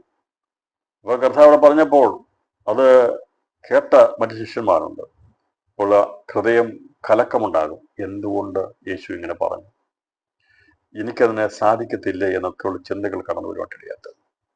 അപ്പം കർത്താവ് നിങ്ങളുടെ ഹൃദയം കലങ്ങിപ്പോകരുത്, ദൈവത്തിൽ വിശ്വസിപ്പീൻ, എന്നിലും വിശ്വസിപ്പീൻ. യേശു ദൈവമാകുന്നു എന്ന് വ്യക്തമാക്കി സംസാരിക്കുന്നതാണ് 14-ാമത്തെ അധ്യായം. ദൈവത്തിൽ വിശ്വസിപ്പീൻ, എന്നിലും വിശ്വസിപ്പീൻ. എൻ്റെ അർത്ഥം എന്താണ്? ഞാൻ സാക്ഷാൽ ദൈവമാകുന്നു എന്നാണ് യോഹന്നാൻ സുവിശേഷം 14-ാം അധ്യായം 1-ാം വാക്യത്തിൽ യേശു പറഞ്ഞു. പിന്നീട് അത് വ്യക്തമാക്കി തരികയാണ്. യേശു സാക്ഷാൽ ദൈവമാകുന്നു എന്ന് വെളിപ്പെടുത്തുകയാണ്. മനുഷ്യൻ ആയി വന്ന ക്രിസ്തു ദൈവമാകുന്നു. ആരില്ല വിശ്വസിക്കേണ്ടത്? ദൈവത്തിൽ വിശ്വസിക്കണം എന്ന് പറഞ്ഞു. എന്നിലും വിശ്വസിപ്പീൻ എന്ന് പറഞ്ഞാൽ ക്രിസ്തുവിൽ വിശ്വസിപ്പീൻ. മനുഷ്യനായി വന്ന സാക്ഷാൽ ദൈവമായിരിക്കുന്ന ക്രിസ്തുവിൽ വിശ്വസിക്കണമെന്ന് അവൻ ശിഷ്യന്മാരോട് കർത്താവ് തുറന്നു പറഞ്ഞു. വിശ്വസിക്കേണ്ടത് ദൈവത്തിലാ. ഇപ്പോൾ ദൈവത്തെ നിങ്ങൾക്ക് ആർക്കും കാണാൻ കഴിയത്തില്ല, പക്ഷേ ഞാൻ സാക്ഷാൽ ദൈവമാ. അതുകൊണ്ട് എന്നിൽ വിശ്വസിച്ചാൽ മതി, ബാക്കിയുള്ളതൊക്കെ നിങ്ങൾക്ക് വെളിപ്പെട്ട് കിട്ടും. ഇന്ന് രാത്രി സന്ദേശം കേൾക്കുന്നവരോട് ഞാൻ ആത്മാവിൽ വിളിച്ചു പറയുക, യേശുവിൽ വിശ്വസിക്കാൻ തുടങ്ങിയാൽ മതി, ബാക്കിയുള്ള ആഴമേറിയ ദൈവിക സത്യങ്ങളെ വെളിപ്പെടുത്തരും. അതാണ് കർത്താവ് പറഞ്ഞത്. എന്നിൽ വിശ്വസിപ്പീൻ, ദൈവത്തിൽ വിശ്വസിപ്പീൻ, എന്നിൽ വിശ്വസിച്ചാൽ ദൈവം ആരാണെന്ന് നിനക്ക് മനസ്സിലാക്കി തരും. ഭാവി എന്താണെന്ന് മനസ്സിലാക്കി തരും. എന്താണ് മനുഷ്യ ജീവിതത്തിന്റെ ഉദ്ദേശമെന്നും മനുഷ്യൻ എന്തിനു വേണ്ടിയാണെന്നുള്ളതിനെ കുറിച്ചും ദൈവം വെളിപ്പെടുത്തി തരും. ഞാൻ വെളിപ്പെടുത്തുമെന്നാണ് കർത്താവ് പറയുന്നത്. തുടർന്നുള്ള സന്ദേശങ്ങൾ വളരെ അർത്ഥവത്തായ പ്രസംഗമാണ്. യേശുവിന്റെ പ്രഭാഷണം വളരെ ശക്തിമേറിയ ആത്മീയ മർമ്മങ്ങളെ ദൈവസഭകളുടെ ബന്ധത്തിൽ വെളിപ്പെടുത്തുകയാണ്. പോകേണ്ടവൻ പോയ ശേഷമാ വെളിപ്പെടുത്തിയത്. ഈ വിശിഷ്ടമായത്, വിലയേറിയത് പന്നിയുടെ മുമ്പിൽ വിളമ്പാൻ പാടില്ലെന്നാണ് പറഞ്ഞിരിക്കുന്നത്. മുത്തുകൾ, വിലയേറിയ മുത്തുകൾ പന്നിയുടെ മുമ്പിൽ വിളമ്പാൻ പാടില്ല. അവൻ ചെളിയിൽ കിടന്ന് ഉരുളുവാൻ വേണ്ടി പാപത്തിലേക്ക് വീണ്ടും എഴുന്നേറ്റ് പോയപ്പോൾ അതിനുശേഷമാണ് മുത്തായിട്ടുള്ള ദൈവവചനം ശിഷ്യന്മാർക്ക് യേശു വിളമ്പിക്കൊടുത്തത്. രാത്രിയിലും പ്രിയപ്പെട്ടവരെ, ലോകമാകുന്ന ഈ അവിശ്വാസികൾക്ക് അത് ലഭിക്കാതിരിക്കുമ്പോൾ ദൈവത്തിന്റെ സത്യമുള്ള വചനം വിശുദ്ധമായത് നായ്ക്കടെ മുമ്പിൽ ദൈവം അത് പന്നികളുടെ മുമ്പിൽ അത് ഇട്ടുകൊടുക്കത്തില്ല. അങ്ങനെയാ പറഞ്ഞിരിക്കുന്നത് അല്ലെ? വിശുദ്ധമായത് പന്നികൾക്ക് കൊടുക്കരുതെന്നാണ് പറയുന്നത്. അത് ദൈവം വിശുദ്ധമായത് വചനം വിശുദ്ധമാണെന്നാൽ അതിശ്രേഷ്ഠമായ ദൈവസഭയുടെ മർമ്മങ്ങളെ കുറിച്ച് വെളിപ്പെടുത്തുമ്പോൾ ഇനി കഥ പറയുന്ന കാര്യങ്ങൾ യൂത ഉൾപ്പെടാൻ പാടില്ല. അവൻ പോയ ശേഷമായ കാര്യങ്ങൾ കഥ പറയുകയാണ്. നിങ്ങളുടെ ഹൃദയം കലങ്ങിപ്പോകരുത്, ദൈവത്തെ വിശ്വസിപ്പീൻ, എന്നിൽ വിശ്വസിപ്പീൻ. എൻ്റെ പിതാവിന്റെ ഭവനത്തിൽ അനേകം വാസസ്ഥലങ്ങളുണ്ട്, ഇല്ലെങ്കിൽ ഞാൻ നിങ്ങളോട് പറയുമായിരുന്നു. ഈ വചനം കാണാതെ അറിയാവുന്നവരാണ് നമുക്കെല്ലാവരും. നിരവധി പ്രാവശ്യം കേട്ടിട്ടുള്ള വചനമാണ്. അതിന്റെ പിന്നിൽ പറഞ്ഞിരിക്കുന്ന അർത്ഥം അതിൻ്റെതായിട്ട് നിലവാരത്തിൽ ഗ്രഹിച്ചെടുക്കുവാൻ വളരെയധികം അർത്ഥയാപ്തിയുള്ള ഒരു ദൈവജനമാണ് കർത്താവ് സംസാരിച്ചത്. അതാ പറയാണ്, എൻ്റെ പിതാവിന്റെ ഭവനത്തിൽ അനേക വാസസ്ഥലങ്ങളുണ്ട്. പറഞ്ഞു, എൻ്റെ പിതാവിൻ്റെതാണ് ഗാലക്സികളെല്ലാം, എൻ്റെ പിതാവിൻ്റെതാണ് സ്വർഗം, എൻ്റെ പിതാവിൻ്റെതാണ് ഭൂമിയും മറ്റുള്ള ഗ്രഹങ്ങളുമെല്ലാം. പക്ഷേ അതിൽ നിന്ന് വ്യത്യസ്തമായിട്ടുള്ള ഒരു സൃഷ്ടിയുണ്ട്. അത് ഈ സൃഷ്ടിയിൽ ഉൾപ്പെടാത്തതാണ് എന്ന് പറഞ്ഞാൽ അന്ന് വരെ ഉൾപ്പെടാത്ത ഒരു സൃഷ്ടിയായിരിക്കുന്ന ദൈവത്തിന്റെ ഭവനത്തെക്കുറിച്ചുള്ള കാഴ്ചപ്പാട് ദൈവം വെളിപ്പെടുത്തുകയാണ്. അങ്ങനെ ദൈവത്തിന്റെ ഭവനം, ദൈവത്തിന്റെ നഗരം, ദൈവത്തിന്റെ പുതുവാന ഭൂമി ദൈവം സൃഷ്ടിച്ചെടുക്കുന്നതിനെ കുറിച്ചുള്ള കാഴ്ചപ്പാടിൽ കൊടുത്തപ്പോൾ വാക്കുകൊണ്ട് പുതിയ ആകാശം പുതിയ ഭൂമിയെ സൃഷ്ടിച്ചെടുക്കാൻ കഴിയും. എന്നാൽ വാക്കുകൊണ്ടല്ല ദൈവം, വചനം കൊണ്ടല്ല ദൈവം തൻ്റെ ഭവനവും നഗരവും പണിയപ്പെടുന്നത്. അത് ജീവനുള്ള കല്ലുകൾ കൊണ്ടാണ് പണിയപ്പെടുന്നത്. ജീവനുള്ള കല്ലുകൾ കൊണ്ട് പണിയപ്പെടുന്ന ദൈവത്തിന്റെ ഭവനത്തെക്കുറിച്ചും ദൈവ നഗരത്തെക്കുറിച്ചുമാണ് കർത്താവ് വളരെ വ്യക്തമായി പറയും. ഇവിടെ കർത്താവ് വളരെ എംഫസൈസ് ചെയ്ത് വളരെ വ്യക്തമായി പറഞ്ഞിരിക്കുന്നത് ദൈവത്തിന്റെ ഭവനമായിരിക്കുന്ന, പിതാവിന്റെ ഭവനമായിരിക്കുന്ന, പിതാവിന്റെ മന്ദിരമായിരിക്കുന്ന, അതിശ്രേഷ്ഠകരമായിരിക്കുന്ന ദൈവസഭയുടെ ആദ്യജാതന്മാരുടെ സഭയെക്കുറിച്ചുള്ള കാഴ്ചപ്പാടാണ് കർത്താവോട് വെളിപ്പെടുത്തിയിരിക്കുന്നത്. എൻ്റെ പിതാവിന്റെ ഭവനത്തിൽ അനേക വാസസ്ഥലങ്ങളുണ്ട്, ഇല്ലെങ്കിൽ ഞാൻ നിങ്ങളോട് പറയുമ്പോൾ എന്ന് പറഞ്ഞതിന്റെ അർത്ഥം, കർത്താവ് പറഞ്ഞു എൻ്റെ പിതാവ് വസിക്കുവാൻ ആഗ്രഹിക്കുന്ന ഒരു മന്ദിരമുണ്ട്. അതുകൊണ്ടാണ് ദാവീദ് ആലയം പണിയുവാൻ ആഗ്രഹിക്കുമ്പോൾ കർത്താവ് പറഞ്ഞു, നിങ്ങൾ എനിക്ക് പണിയുന്ന ആലയം ഏതുവിധം? ചോദ്യമാണ്. നിങ്ങൾ കല്ലുകൊണ്ട് അല്ലെങ്കിൽ മനോഹരമായ മരങ്ങൾ കൊണ്ട് ഉണ്ടാക്കിയ, ദേവദാരു കൊണ്ടൊക്കെ ഉണ്ടാക്കിയ കൂടാരത്തിലാണോ ഞാൻ വസിക്കേണ്ടത്? ദൈവം പറഞ്ഞു, അനാദിയിലെ എൻ്റെ പദ്ധതി അതല്ല. ഇതെല്ലാം ഇപ്പോൾ ചെയ്തു വരുന്നത് നിഴലാ. എന്നാൽ കർത്താവ് പറഞ്ഞു, ഞാൻ ഒരു ഭവനം പണിയും. അവന് പറഞ്ഞു, ഞാൻ നിനക്കൊരു ഭവനം പണിയുമാണ്. പറഞ്ഞു തൻ്റെ പുത്രൻ, അത് നിഴലായി പറയുമ്പോൾ പിതാവാം ദൈവം തൻ്റെ ഭവനം പണിയുന്നത്, നിത്യതയിൽ കാണപ്പെടുന്ന ഭവനം, പിതാവിന്റെ മന്ദിരം, ആ പണിയപ്പെടുന്നതിനെ കുറിച്ചുള്ള അടിസ്ഥാനക്കല്ലായിരിക്കുന്ന ക്രിസ്തുവേശുവിനെ കുറിച്ച് ക്രിസ്തുവേശുവോട് പറയുക, ഞാൻ വന്നിരിക്കുന്നത് ഭവനം പണിയാൻ വേണ്ടി വന്നതാ, അടിസ്ഥാനക്കല്ലായി തീരാൻ വേണ്ടി വന്നതാ. ആ ഭവനം ആരാണെന്നുള്ളത് പിന്നീടത് നമുക്ക് മനസ്സിലാകും. അവിടെ നമ്മൾ വിചാരിക്കുമ്പോൾ കർത്താവ് ഭവനം പണിയെന്ന് പറഞ്ഞതിൻ്റെ അർത്ഥം അവിടെ കർത്താവ് പണിതുകൊണ്ടിരിക്കുന്ന, എല്ലാവരും വിചാരിക്കുന്ന സ്വർണം കൊണ്ടും വെള്ളി കൊണ്ടും അല്ല മറ്റുള്ള എന്തോ അദൃശ്യമാകുന്ന വസ്തുക്കളെ കൊണ്ട് കർത്താവ് പണിയുന്ന മനോഹരമായ ഭവനത്തെക്കുറിച്ചാണ് പലപ്പോഴും പലർക്കും കാഴ്ചപ്പാട് കിട്ടിയിരിക്കുന്നത്. എന്നാൽ എന്നെ കേൾക്കുന്ന പ്രിയപ്പെട്ടവരെ, യേശു ക്രിസ്തുവാകുന്ന മൂലക്കല്ല്, അത് ജീവനുള്ള ക്രിസ്തുവാകുന്ന കല്ലാണെങ്കിൽ അതിനോട് ചേർത്ത് പണിയപ്പെടുന്നത് എന്നെയും നിങ്ങളെയുമാണ് കർത്താവ് പണിത് മന്ദിരമാക്കി തീർക്കുന്നത്. അതാരാകുന്നു എന്ന് എബ്രായ ലേഖനം അതിൻ്റെ 3-ാം അധ്യായം വായിക്കുമ്പോൾ നമുക്ക് കാണാൻ സാധിക്കുന്നത്. ആരാകുന്നു ഈ പിതാവിന്റെ ഭവനം എന്നുള്ളത്? 3-ാം അധ്യായം 6-ാം വാക്യം, ക്രിസ്തുവോ അവന്റെ ഭവനത്തിന് അധികാരിയായ പുത്രനായിട്ട് തന്നെ പ്രത്യാശയുടെ ധൈര്യവും പ്രശംസയും നാം അവസാനത്തോളം മുറുകെ പിടിച്ചുകൊണ്ടാൽ നാം തന്നെ അവന്റെ ഭവനം ആകുന്നു. ഏതാണ് പിതാവിന്റെ ഭവനം? അത് ഈ സൃഷ്ടി ഉൾപ്പെടാത്തതായ ഒരു വസ്തുക്കളെ കൊണ്ട് പണിയെന്നല്ല, നാം തന്നെ അവന്റെ ഭവനമാകും. എഫെസ്യർ ലേഖനം വായിക്കുമ്പോൾ ഇനി കുറച്ചുകൂടെ മനസ്സിലാകും. എഫെസ്യർ ലേഖനത്തെക്കുറിച്ച് നമുക്കറിയാം, അത് വളരെ വ്യക്തമായി രേഖപ്പെടുത്തിയിരിക്കുന്ന ക്രിസ്തു എന്ന അടിസ്ഥാന കല്ലിനോടുള്ള ബന്ധത്തിൽ പറഞ്ഞിരിക്കുകയാണ്. 2-ാം അധ്യായം അതിന്റെ 19 വാക്യങ്ങൾ, ആകയാൽ നിങ്ങൾ ഇനി അന്യന്മാരും പരദേശികളുമല്ല, വിശുദ്ധന്മാരുടെ സകൽ പൗരന്മാരും ദൈവത്തിന്റെ ഭവനക്കാരും അത്രേ. ക്രിസ്തുയേശു തന്നെ മൂലക്കല്ലായിരിക്കെ നിങ്ങളെ അപ്പോസ്തലന്മാരും പ്രവാചകന്മാരും എന്ന അടിസ്ഥാനത്തിന്മേൽ പണിതിരിക്കുന്നു. അവനിൽ കെട്ടിടം മുഴുവനും യുക്തമായി ചേർന്ന കർത്താവിൽ വിശുദ്ധ മന്ദിരമായി വളരുന്നു. അവനിൽ നിങ്ങളെയും ദൈവത്തിന്റെ നിവാസമാകേണ്ടതിന് ആത്മാവിനാൽ ഒന്നിച്ച് പണിത് വരുന്നു. പുതിയ നിയമത്തിൽ വെളിപ്പാട് പുസ്തകത്തിൽ പറഞ്ഞിരിക്കുന്നത്, നഗരത്തിൽ മന്ദിരം കണ്ടില്ല. മന്ദിരം, പിതാവിന്റെ ഭവനമായിരിക്കുന്ന മന്ദിരം കണ്ടില്ല എന്ന് പറഞ്ഞാൽ എൻ്റെ അർത്ഥം മന്ദിരം അവിടെ ഇല്ല എന്നല്ല. എൻ്റെ അർത്ഥം മന്ദിരം അവിടെ ഉണ്ട്, പക്ഷേ അത് തേജസ് മുഖാന്തരമായി ആ മന്ദിരത്തെ കാണാൻ കഴിയത്തില്ല. ആ മന്ദിരമാണ് പിതാവിന്റെ ഭവനം. ആ മന്ദിരത്തെക്കുറിച്ച് പറഞ്ഞിരിക്കുന്നത്, അത് നഗരത്തെ കാണാൻ പറ്റുന്നുണ്ട്, നഗരവീഥികളെ കാണാൻ പറ്റുന്നുണ്ട്, നഗരമതിലുകളെ കാണാൻ പറ്റുന്നുണ്ടെന്നാൽ മന്ദിരം അതിൽ കാണാൻ കഴിയാത്തതിന്റെ കാരണം അത് തേജസ്സുള്ളതായതുകൊണ്ടാണ്. വെളിപ്പാട് 21-ാം അധ്യായം അതിന്റെ 22-ാം വാക്യം, മന്ദിരം അതിൽ കണ്ടില്ല, സർവശക്തിയുള്ള ദൈവമായ കർത്താവും കുഞ്ഞാടും അതിൻ്റെ മന്ദിരം ആകുന്നു. ഇവിടെ പൗലോസ് പഠനത്തിൽ എടുത്തിട്ടുണ്ട്. ഏതാണ് മന്ദിരം, ഏതാണ് ഭവനം എന്ന് മനസ്സിലാക്കാൻ വേണ്ടി പറഞ്ഞിരിക്കുന്നത്. അപ്പോൾ മന്ദിരം അതിൽ കണ്ടില്ല, സർവശക്തിയുള്ള ദൈവമായ കർത്താവും കുഞ്ഞാടും അതിൻ്റെ മന്ദിരമാകുന്നു. അപ്പോൾ ഈ ഭവനം പിതാവ് പണിയുന്ന, പിതാവ് വസിക്കുവാൻ ആത്മാവിന്റെ നിവാസമാകുന്ന, പിതാവാന്തി വസിക്കുവാൻ ആഗ്രഹിക്കുന്ന ഭവന ക്രിസ്തുവാകുന്നു മന്ദിരം.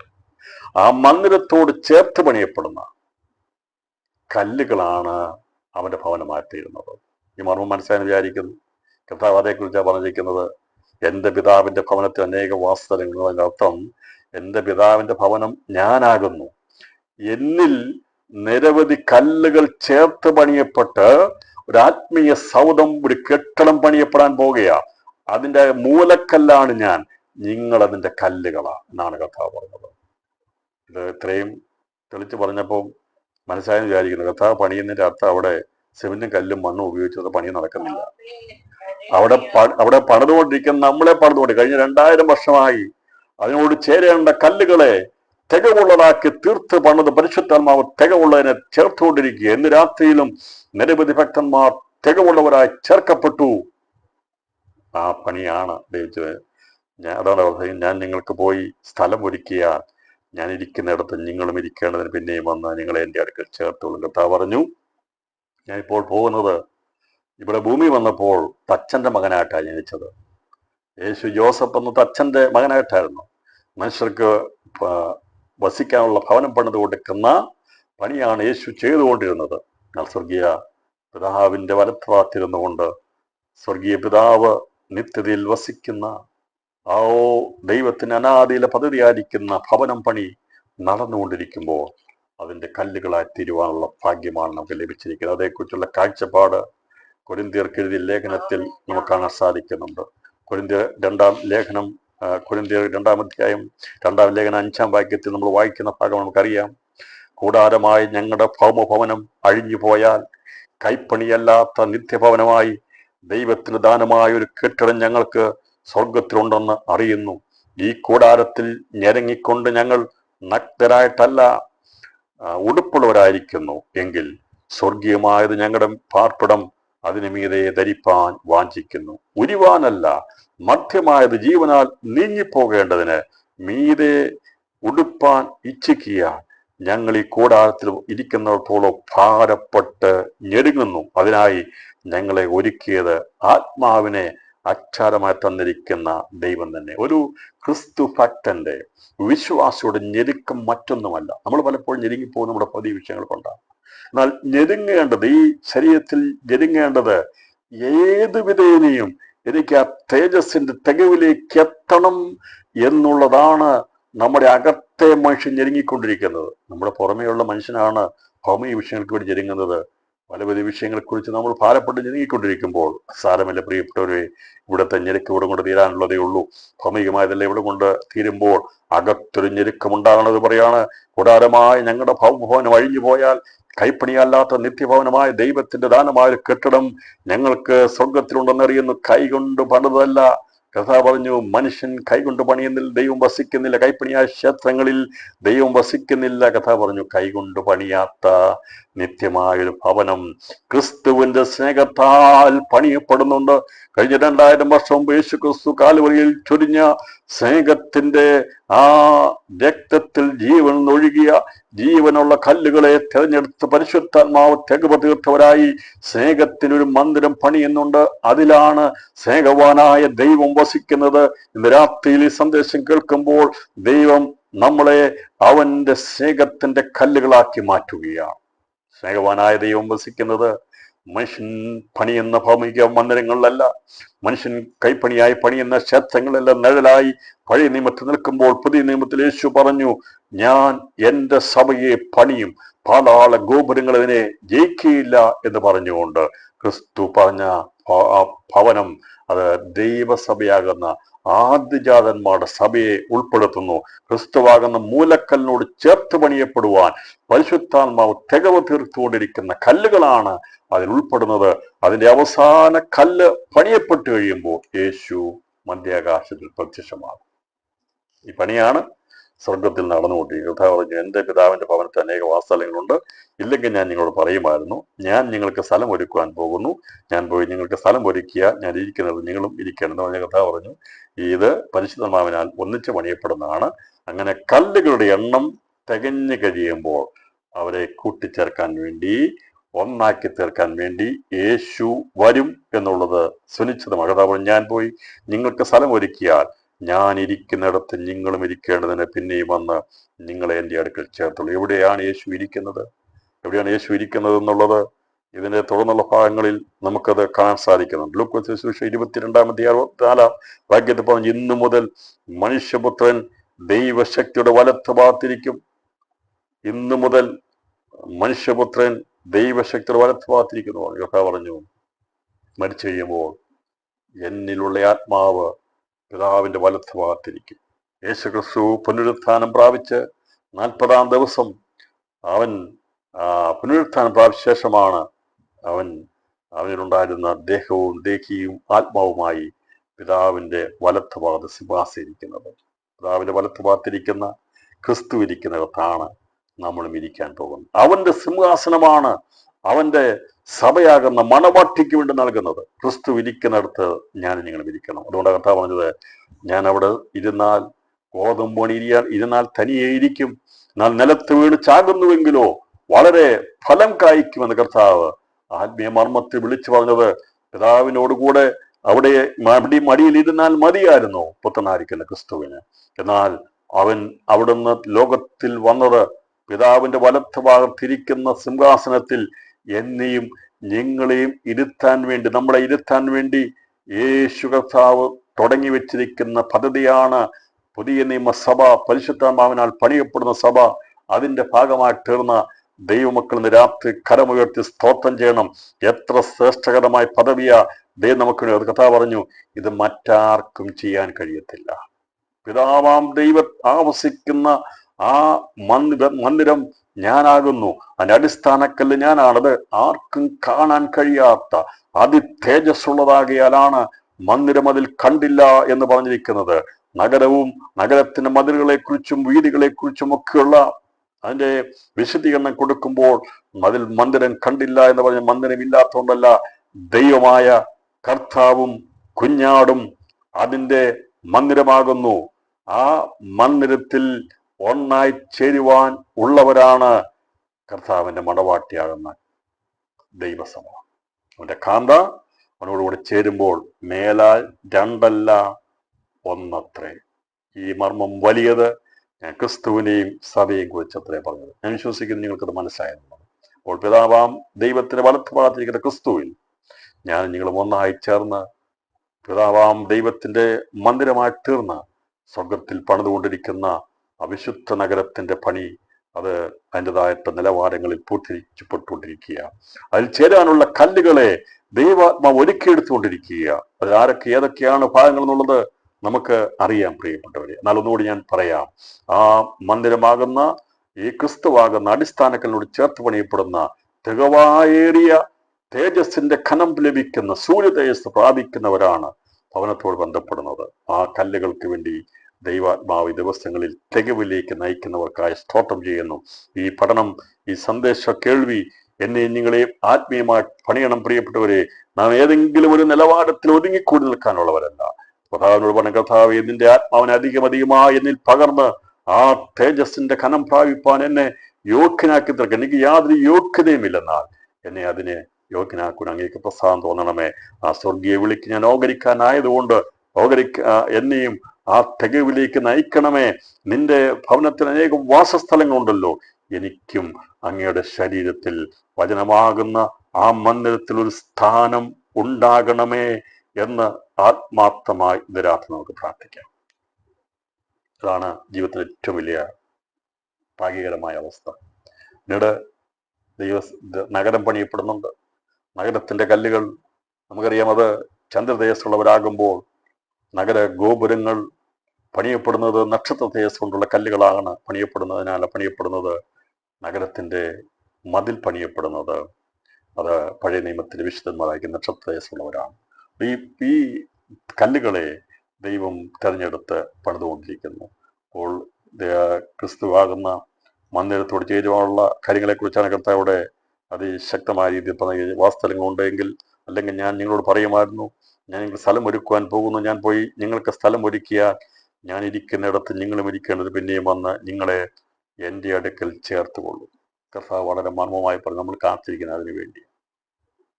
അന്ന് 2000 വർഷം പറഞ്ഞപ്പോൾ ഇവർക്ക് അത്രമാത്രം ഗ്രഹിക്കാൻ കഴിഞ്ഞില്ല. കാരണം അവര് ഒന്നാമതൊരു സംശയത്തിന്റെ കലങ്ങി നിൽക്കുന്ന വല്ലാത്തൊരു സന്ദർഭം. നമുക്കറിയാമല്ലോ, വലിയൊരു മാനസിക സംഘർഷം വന്ന് കലങ്ങി നിൽക്കുന്ന സമയത്ത് എന്ത് പറഞ്ഞാലും മനസ്സിലാക്കാൻ പറ്റത്തില്ല. മോശ വന്ന് വലിയ കാര്യങ്ങളൊക്കെ പറഞ്ഞപ്പോൾ അവരുടെ കഷ്ടതയുടെ നടുവിൽ നിൽക്കുന്നത് അവർക്ക് മനസ്സിലാക്കാൻ പറ്റിയില്ല എന്ന് പറഞ്ഞതുപോലെ ഈ സമയത്ത് പറഞ്ഞവർക്ക് മനസ്സിലായി. പക്ഷെ യേശു പറഞ്ഞതെല്ലാം പിന്നീട് പരിശുദ്ധാത്മാവ് ഓർപ്പിച്ചാണ് എഴുതിപ്പിച്ചതെല്ലാം. പറഞ്ഞതാണ്, ഞാൻ ഇരിക്കുന്നിടത്ത് നിങ്ങളും ഇരിക്കേണ്ടതിന് പിന്നെയും വന്ന് നിങ്ങളെ എൻ്റെ അടുക്കൽ അത് വളരെ കർത്താവ് വളരെ ആവർത്തിച്ച് പറഞ്ഞു, ഞാൻ ഇരിക്കുന്നിടത്ത് നിങ്ങളും ഇരിക്കേണ്ടത്. ആരെയാണ് ഈ 11 പറയുക, നിങ്ങൾ കല്ലുകളാ, നിങ്ങളോട് ചേർത്ത് പണിയപ്പെടുന്ന 12 കാണും. പറഞ്ഞു, എന്നോട് ചേർത്ത് പണിയപ്പെടുന്ന അപ്പോസ്തലന്മാരാണ് നിങ്ങൾ. അപ്പോൾ ആ അപ്പോസ്തലിക പദവിയുള്ള വിശുദ്ധന്മാരെ നോക്കിയിട്ട് പറയുക, നിങ്ങൾ ഈ പദവിയിലുള്ളവരാണ്. അതുകൊണ്ട് നിങ്ങൾ ആണ് പിതാവിന്റെ ഭവനം. രാത്രിയിലും വിശ്വാസത്തിൽ അപ്പോസ്തലിക പദവിയിലേക്ക് എത്തിച്ചാണ്. അത് ഒരിക്കലും പ്രിയപ്പെട്ട ഒരു പേര് അപ്പോസ്തലൻ എന്ന് പറഞ്ഞുകൊണ്ടായില്ല. അപ്പോസ്തലിക പദവിയും അപ്പോസ്തലിക ശുശ്രൂഷയും വ്യത്യാസമാണ്. അപ്പോസ്തലിക ശുശ്രൂഷ എന്ന് പറഞ്ഞത് അത് പുരുഷന്മാർക്ക് മാത്രമേ ഉള്ളൂ. ആ പദവി അത് ചെയ്യാൻ പറ്റുകയുള്ളൂ. പുരുഷന്മാരിലാണ് അപ്പോസ്തലന്മാരെ കണ്ടിരിക്കുന്നത്. അത് ശുശ്രൂഷയാണ്. എന്നാൽ അപ്പോസ്തലിക പദവി എന്നുള്ളത് സ്ത്രീ പുരുഷ വ്യത്യാസമില്ല. തികവ് പ്രാപിക്കുന്നവരെല്ലാം അപ്പോസ്തലിക പദവിയിലെത്തുന്നവരാണ്. എന്നാൽ ശുശ്രൂഷ ഭൗമികമായിട്ടുള്ളതാണ്. അത് ചെയ്യുവാൻ പുരുഷന്മാരെ മാത്രമേ അപ്പോസ്തലിക ശുശ്രൂഷയ്ക്ക് വേണ്ടി ദൈവം കണ്ടിട്ടുള്ളൂ എന്നുള്ളതാണ് കാണുന്നത്. രാത്രിയിൽ അതേക്കുറിച്ച് ഞാൻ സവിസ്തരമായി പുസ്തകങ്ങൾ രേഖപ്പെടുത്തിയിട്ടുണ്ട്. ഇന്ന് രാത്രി അതിലേക്ക് ഞാൻ പോകാൻ ആഗ്രഹിക്കുന്നത്. അപ്പോൾ ഞാൻ ഇരിക്കുന്നിടത്ത് നിങ്ങളും ഇരിക്കേണ്ടതിന് പിന്നെയും വന്ന് നിങ്ങളെ എൻ്റെ അടുക്കൽ ചേർത്തുകൊള്ളു. ഇവിടെ കയറി വരിക എന്ന് പറഞ്ഞു കൊണ്ടുപോയല്ല, വന്നു കൊണ്ടുപോകും.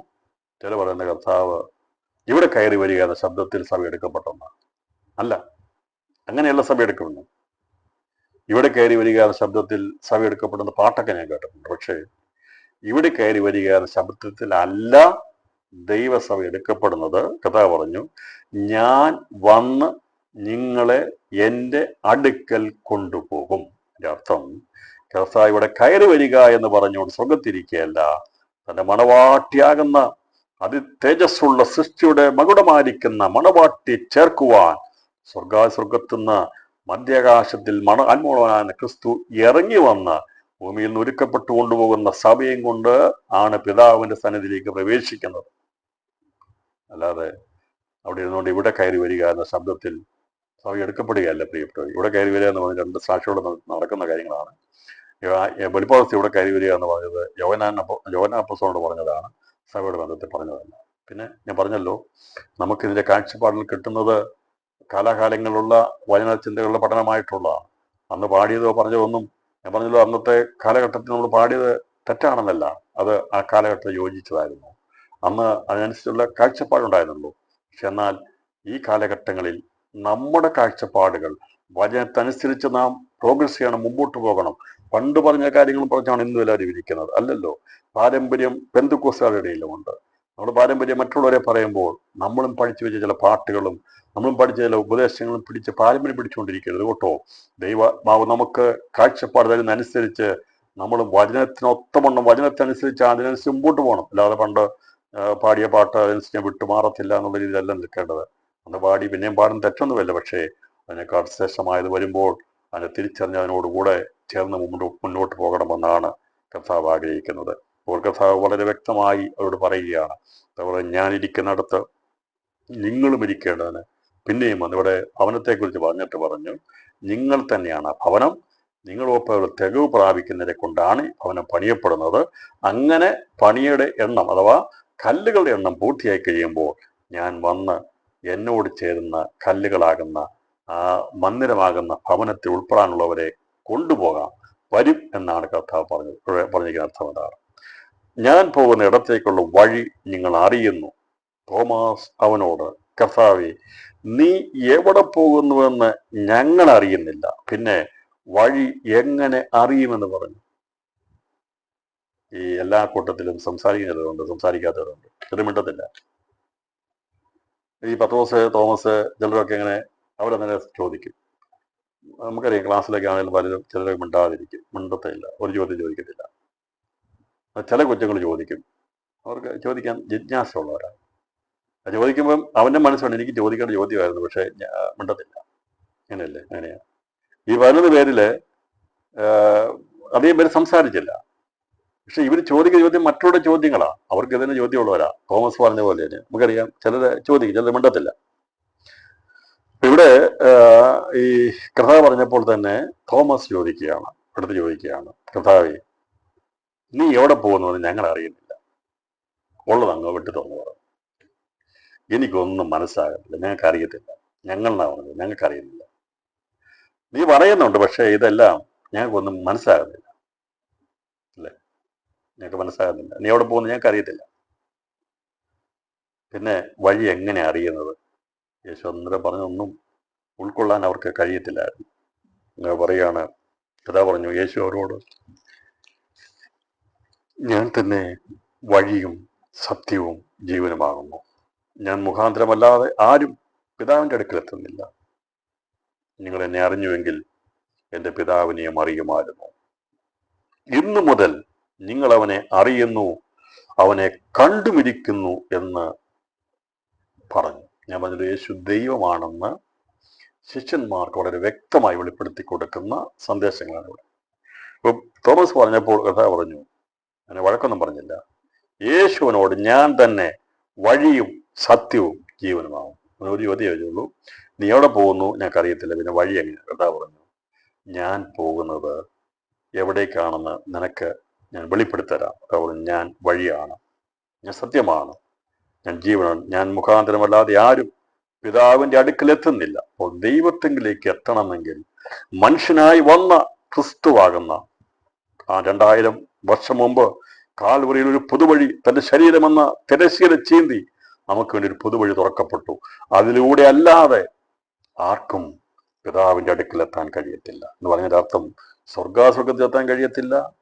കർത്താവിന്റെ നിത്യ ഭവനത്തിൽ, നമ്മളായ നിത്യ രാജ്യത്തിൽ അവിടെ എത്തണമെങ്കിലും പിതാവിന്റെ സിംഹാസനത്തിന്റെ മുമ്പിൽ വന്ന് ദൈവത്തിന് മുമ്പാകെ വന്നിട്ട് വേണം പോകാനായിട്ട്. ക്രിസ്തു മുഖാന്തരമല്ലാതെ ഒരു വഴിയുമില്ല, ഒരു വഴിയും ആർക്കുമില്ല, യേശു മുഖാന്തരമല്ലാതെ. അതുകൊണ്ടാണ് പറയുന്നത്, ആകാശത്തിന് കീഴിൽ മനുഷ്യരുടെയിൽ രക്ഷിക്കപ്പെടുവാൻ ഒരേ ഒരു നാമം, യേശുവിന്റെ നാമം എന്ന് പറയുവാൻ. കഥാ പറഞ്ഞു, ദൈവത്തോട് അടുക്കണമോ, നിത്യജീവൻ വേണമോ, നിത്യജീവന്റെ ഘനമേറിയ തേജസ്സിന്റെ വിവിധ നിലവാരങ്ങൾ എത്തണമോ, പടിപടിയായി വളർച്ച പ്രാപിച്ച് മന്ദിരമായി തീരണമോ, ഞാനാണ് വഴി, ഞാനാണ് സത്യം, ഞാനാണ് ജീവൻ. യേശു പറയുക, ഞാൻ വഴിയാണ്, സത്യമാണ്, ജീവനാണ്. കഥ പറഞ്ഞു, വഴി തുറക്കപ്പെടാൻ പോകുകയാണ്. ഞാനിപ്പോൾ നിങ്ങളോട് പറയുന്ന വഴി അധികം കഴിയാതെ ആ പിതാവിലേക്കുള്ള വഴി തുറക്കപ്പെടാൻ പോവുകയാണ്.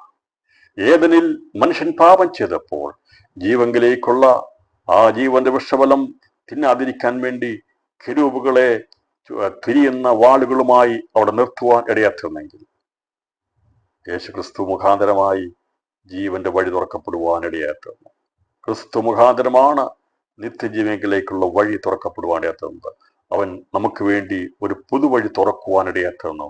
അകന്നുപോയ മനുഷ്യനെ, പാപം മുഖാന്തരമായി ദൈവത്തിൽ നിന്ന് അകന്നുപോയി ദൈവത്തിന്റെ വഴി അറിയാതിരുന്ന മനുഷ്യന് വേണ്ടി തന്റെ ദേഹമെന്ന തിരശ്ശീല ചീന്തി യേശു പുതുവഴി സൃഷ്ടിച്ചുകൊണ്ട് ദൈവത്തോട് അടുത്തു വരുവാൻ, ദൈവമേ എന്ന് വിളിക്കാനുള്ള വഴി തുറന്നതിനായി ഇന്ന് പകൽ സമയം സ്തോത്രം ചെയ്യാൻ ക്രിസ്തു നമുക്ക് വേണ്ടി ജീവനുള്ള പുതുവഴിയാ തുറന്നത്. ഇവിടെ ഹൈവേകളുണ്ട്, സൂപ്പർ ഹൈവേകളുണ്ട്. അതെ, വലിയ വലിയ ഹൈവേകൾ ഇനിയും വരും, സൂപ്പർ സിസ്റ്റം വരും, എല്ലാം വരും. പക്ഷേ ജീവനുള്ള വഴി ആർക്കും പണിയുവാൻ കഴിയത്തില്ല. ദൈവത്തിന് മാത്രമേ പണിതുയർത്തുവാൻ കഴിയത്തുള്ളൂ. ഇവിടെ സഞ്ചരിക്കുന്ന വാഹനങ്ങളൊക്കെ നിർജീവമായിരിക്കുന്ന വഴിയിലൂടെയാ പോകുന്നത്. അതിന് ജീവനില്ല.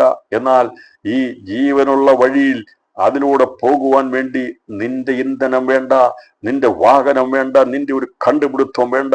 ഈ വഴിയിൽ നീ പ്രവേശിച്ചാൽ എത്തേണ്ട സ്ഥലത്തെത്തിക്കുവാൻ ദൈവത്തിന് കഴിയും. ക്രിസ്തുവാകുന്ന അവനിൽ വിശ്വസിച്ചു കഴിഞ്ഞാൽ നമ്മുടെ യാത്ര കൃത്യമായി എത്തേണ്ട സ്ഥലത്തെത്തിക്കുവാൻ നമ്മളെ കഥാപ്രാപ്തന്മാരാക്കും. ഈ ആത്മീയ യാത്രയ്ക്ക് ഒരുക്കമാണോ? രാത്രി ഞാൻ സന്ദേശം അവസാനിപ്പിക്കാൻ പോവുകയാണ്. ഈ വഴിയറിയാതെ, സത്യമറിയാതെ, ജീവങ്കിലേക്കുള്ള മാർഗമറിയാതെ, ദൈവത്തെങ്കിലേക്കുള്ള മാർഗമറിയാതെ അനേകര് ഭൗമികമായിരിക്കുന്ന പല വിധത്തിൽ തെറ്റി സഞ്ചരിച്ചുകൊണ്ടിരിക്കുമ്പോൾ, ജീവനില്ലാത്ത വഴികളിലൂടെ തപ്പിത്തറഞ്ഞുകൊണ്ടിരിക്കുമ്പോൾ, അവർക്ക് വഴിയറിയാതെ അനേക വഴികളിലൂടെ നടന്ന് ഇവിടം കൊണ്ട് അവസാനിച്ചു പോകുമ്പോൾ, യേശു പറഞ്ഞു 2000 വർഷം മുമ്പ് ജീവനുള്ള പുതുവഴിയായി ക്രിസ്തു തുറന്നൊരു വഴിയുണ്ട്. അതിലൂടെ പ്രവേശിച്ചാൽ നമുക്ക് എത്തിച്ചേരുവാൻ കഴിയാതെ നമ്മുടെ സ്വന്തം കഴിവ് കൊണ്ടല്ല, നമ്മളുടെ കഴിവുകൊണ്ടല്ല, നമ്മുടെ പരിശ്രമം കൊണ്ടല്ല അതിലൂടെ നാം സഞ്ചരിക്കേണ്ടത്. നാം ക്രിസ്തുവിൽ വിശ്വസിച്ച് കഴിയുമ്പോൾ വഴി നമുക്ക് തുറന്നു കിട്ടും. സത്യത്തിന്റെ മാർഗം, ദൈവത്തിന്റെ വഴി, ആ ജീവന്റെ വഴി നമുക്ക് തുറന്നു കിട്ടി. അതിലൂടെ സഞ്ചരിച്ച് ദിവസങ്ങളിൽ തികവിലേക്ക് എത്തുവാൻ ഇന്ന് രാത്രി നമുക്ക് ഉയരത്തിലേക്ക് നോക്കാം. ഞൊടിയടയ്ക്കുള്ളിൽ യാത്ര അവസാനിക്കും കേട്ടോ. അധികം സമയം വേണ്ടി വരത്തില്ല. അത് ഇന്ന് കർത്താവിന്റെ കകളം തുനിക്കുകയാണെങ്കിൽ കൈ ഞൊടിക്കുന്ന നിമിഷത്തിനുള്ളിൽ, കണ്ണി മിക്കുന്നിടയിൽ എന്ന് പറഞ്ഞാൽ കൺപോള ഒന്ന് അടയുന്ന സെക്കൻഡിന്റെ ഒരു അംശത്തിനുള്ളിൽ എടുക്കപ്പെടേണ്ടതായിട്ടുള്ളവർ എടുക്കപ്പെടുവാടേത്തിനും. അതുകൊണ്ട് എത്ര ഒരുക്കമുള്ളവരായിരിക്കണം നാം. ഈ ദിവസത്തിൽ ഒരുങ്ങിയിരിക്കാം. കർത്താവിന്റെ കാരണം പറയാം, കർത്താവെ, കണ്ണി നിമിക്കുന്നിടയിൽ കകളം ധനിക്കുമ്പോൾ യാത്ര പോകുവാൻ, ജീവന്റെ വഴിയാകുന്ന ക്രിസ്തുവിലൂടെ സഞ്ചരിപ്പാൻ നമ്മെ ഒരുക്കിയെടുക്കുന്ന, ഇന്ധനം നിറച്ചുകൊണ്ടിരിക്കുന്ന പരിശുദ്ധാത്മാവ് ദൈവത്തിന്റെ വചനം നമ്മൾ നിറച്ചു വെച്ചിരിക്കുക കേട്ടോ. ആ വചനത്തിന്റെ ശക്തി അതിവേഗം പായുന്നതാണ്. രാത്രിയിൽ അതിവേഗം പായുന്ന ദൈവത്തിന്റെ വചനം നിറയ്ക്കപ്പെട്ടിരിക്കുന്ന ജീവിതങ്ങൾ ഒരു നിമിഷത്തിനുള്ളിൽ കാകളം ധനിക്കുമ്പോൾ രൂപാന്തരപ്പെടും. മരിച്ചുപോയ വിശുദ്ധന്മാർ അവർ പുനരുത്ഥാനം പ്രാപിക്കും. കണ്ണിമിക്കുന്നിടയിൽ അവർ മധ്യാകാശത്തിലേക്ക് എടുക്കപ്പെടും. അവിടുന്ന് അവർക്ക് വേണ്ടി ഒരുക്കിയിരിക്കുന്ന, ക്രിസ്തു ഇരിക്കുന്നിടമായിരിക്കുന്ന അവന്റെ പിതാവിന്റെ വലത്ത് ഭാഗത്തുള്ള സിംഹാസനത്തിലേക്ക് നാം എടുക്കപ്പെടും. ഈ വചനങ്ങളാണ് നമുക്ക് ഏറ്റവും പ്രത്യാശ നൽകുന്നത്. അതുകൊണ്ട് പുതുവഴിയിലൂടെ, ജീവനുള്ള ക്രിസ്തുവിന്റെ പുതുവഴിയിലൂടെ സഞ്ചരിപ്പാൻ കർത്താവിന്റെ കാര്യങ്ങൾ നമ്മളെ തന്നെ ഏൽപ്പിക്കാം. കർത്താവ് അത് ശിക്ഷകണത്തിന് മനസ്സായി കൊടുത്തു. രാത്രി പറയാം, കർത്താവെ, ഞങ്ങൾക്ക് വേണ്ടി തുറക്കപ്പെട്ട ആ ജീവനുള്ള പുതുവഴിക്കായി സ്തോത്രം ചെയ്യുന്നു. ഞങ്ങൾക്ക് അതിൽ പ്രവേശിപ്പാൻ ഭാഗ്യം ഈ ദിവസങ്ങളെ ഒരുക്കിയെടുത്ത് കർത്താവെ, അങ്ങയുടെ ആ പണി പൂർത്തീകരിക്കപ്പെടുന്ന ആ മന്ദിരത്തിന്റെ ഭാഗമായി തീരുവാൻ, ഭവനത്തിന്റെ കല്ലുകളായി തീരുവാൻ എന്നെയും എൻ്റെ പ്രിയപ്പെട്ടവരെ സഹായിക്കണമേ. ഈ സന്ദേശം കേൾക്കുന്നവരെ സഹായിക്കണമേ. അതിനാൽ ഞങ്ങളെ ഒരുക്കണമേ. ഞൊടിയടയ്ക്കുള്ളിൽ കണ്ണിമിക്കുന്നിടയിൽ കാകളം ധനിക്കുമ്പോൾ ഇവിടുന്ന് ആ ജീവനുള്ള പുതുവഴിയിലൂടെ ജീവന്റെ ശക്തി പ്രാപിച്ചവർ അതിവേഗത്തിൽ ധാരാപഥങ്ങളെ കടന്ന് സ്വർഗത്തിലേക്ക് പ്രവേശിക്കുമെന്നുള്ള സന്ദേശം കൈമാറിക്കൊണ്ട് ഞാൻ ദൂതന് വിരാമിടുന്നു. കർത്താവ് നമ്മെ ഏവരെയും ധാരാളമായി അനുഗ്രഹിക്കും.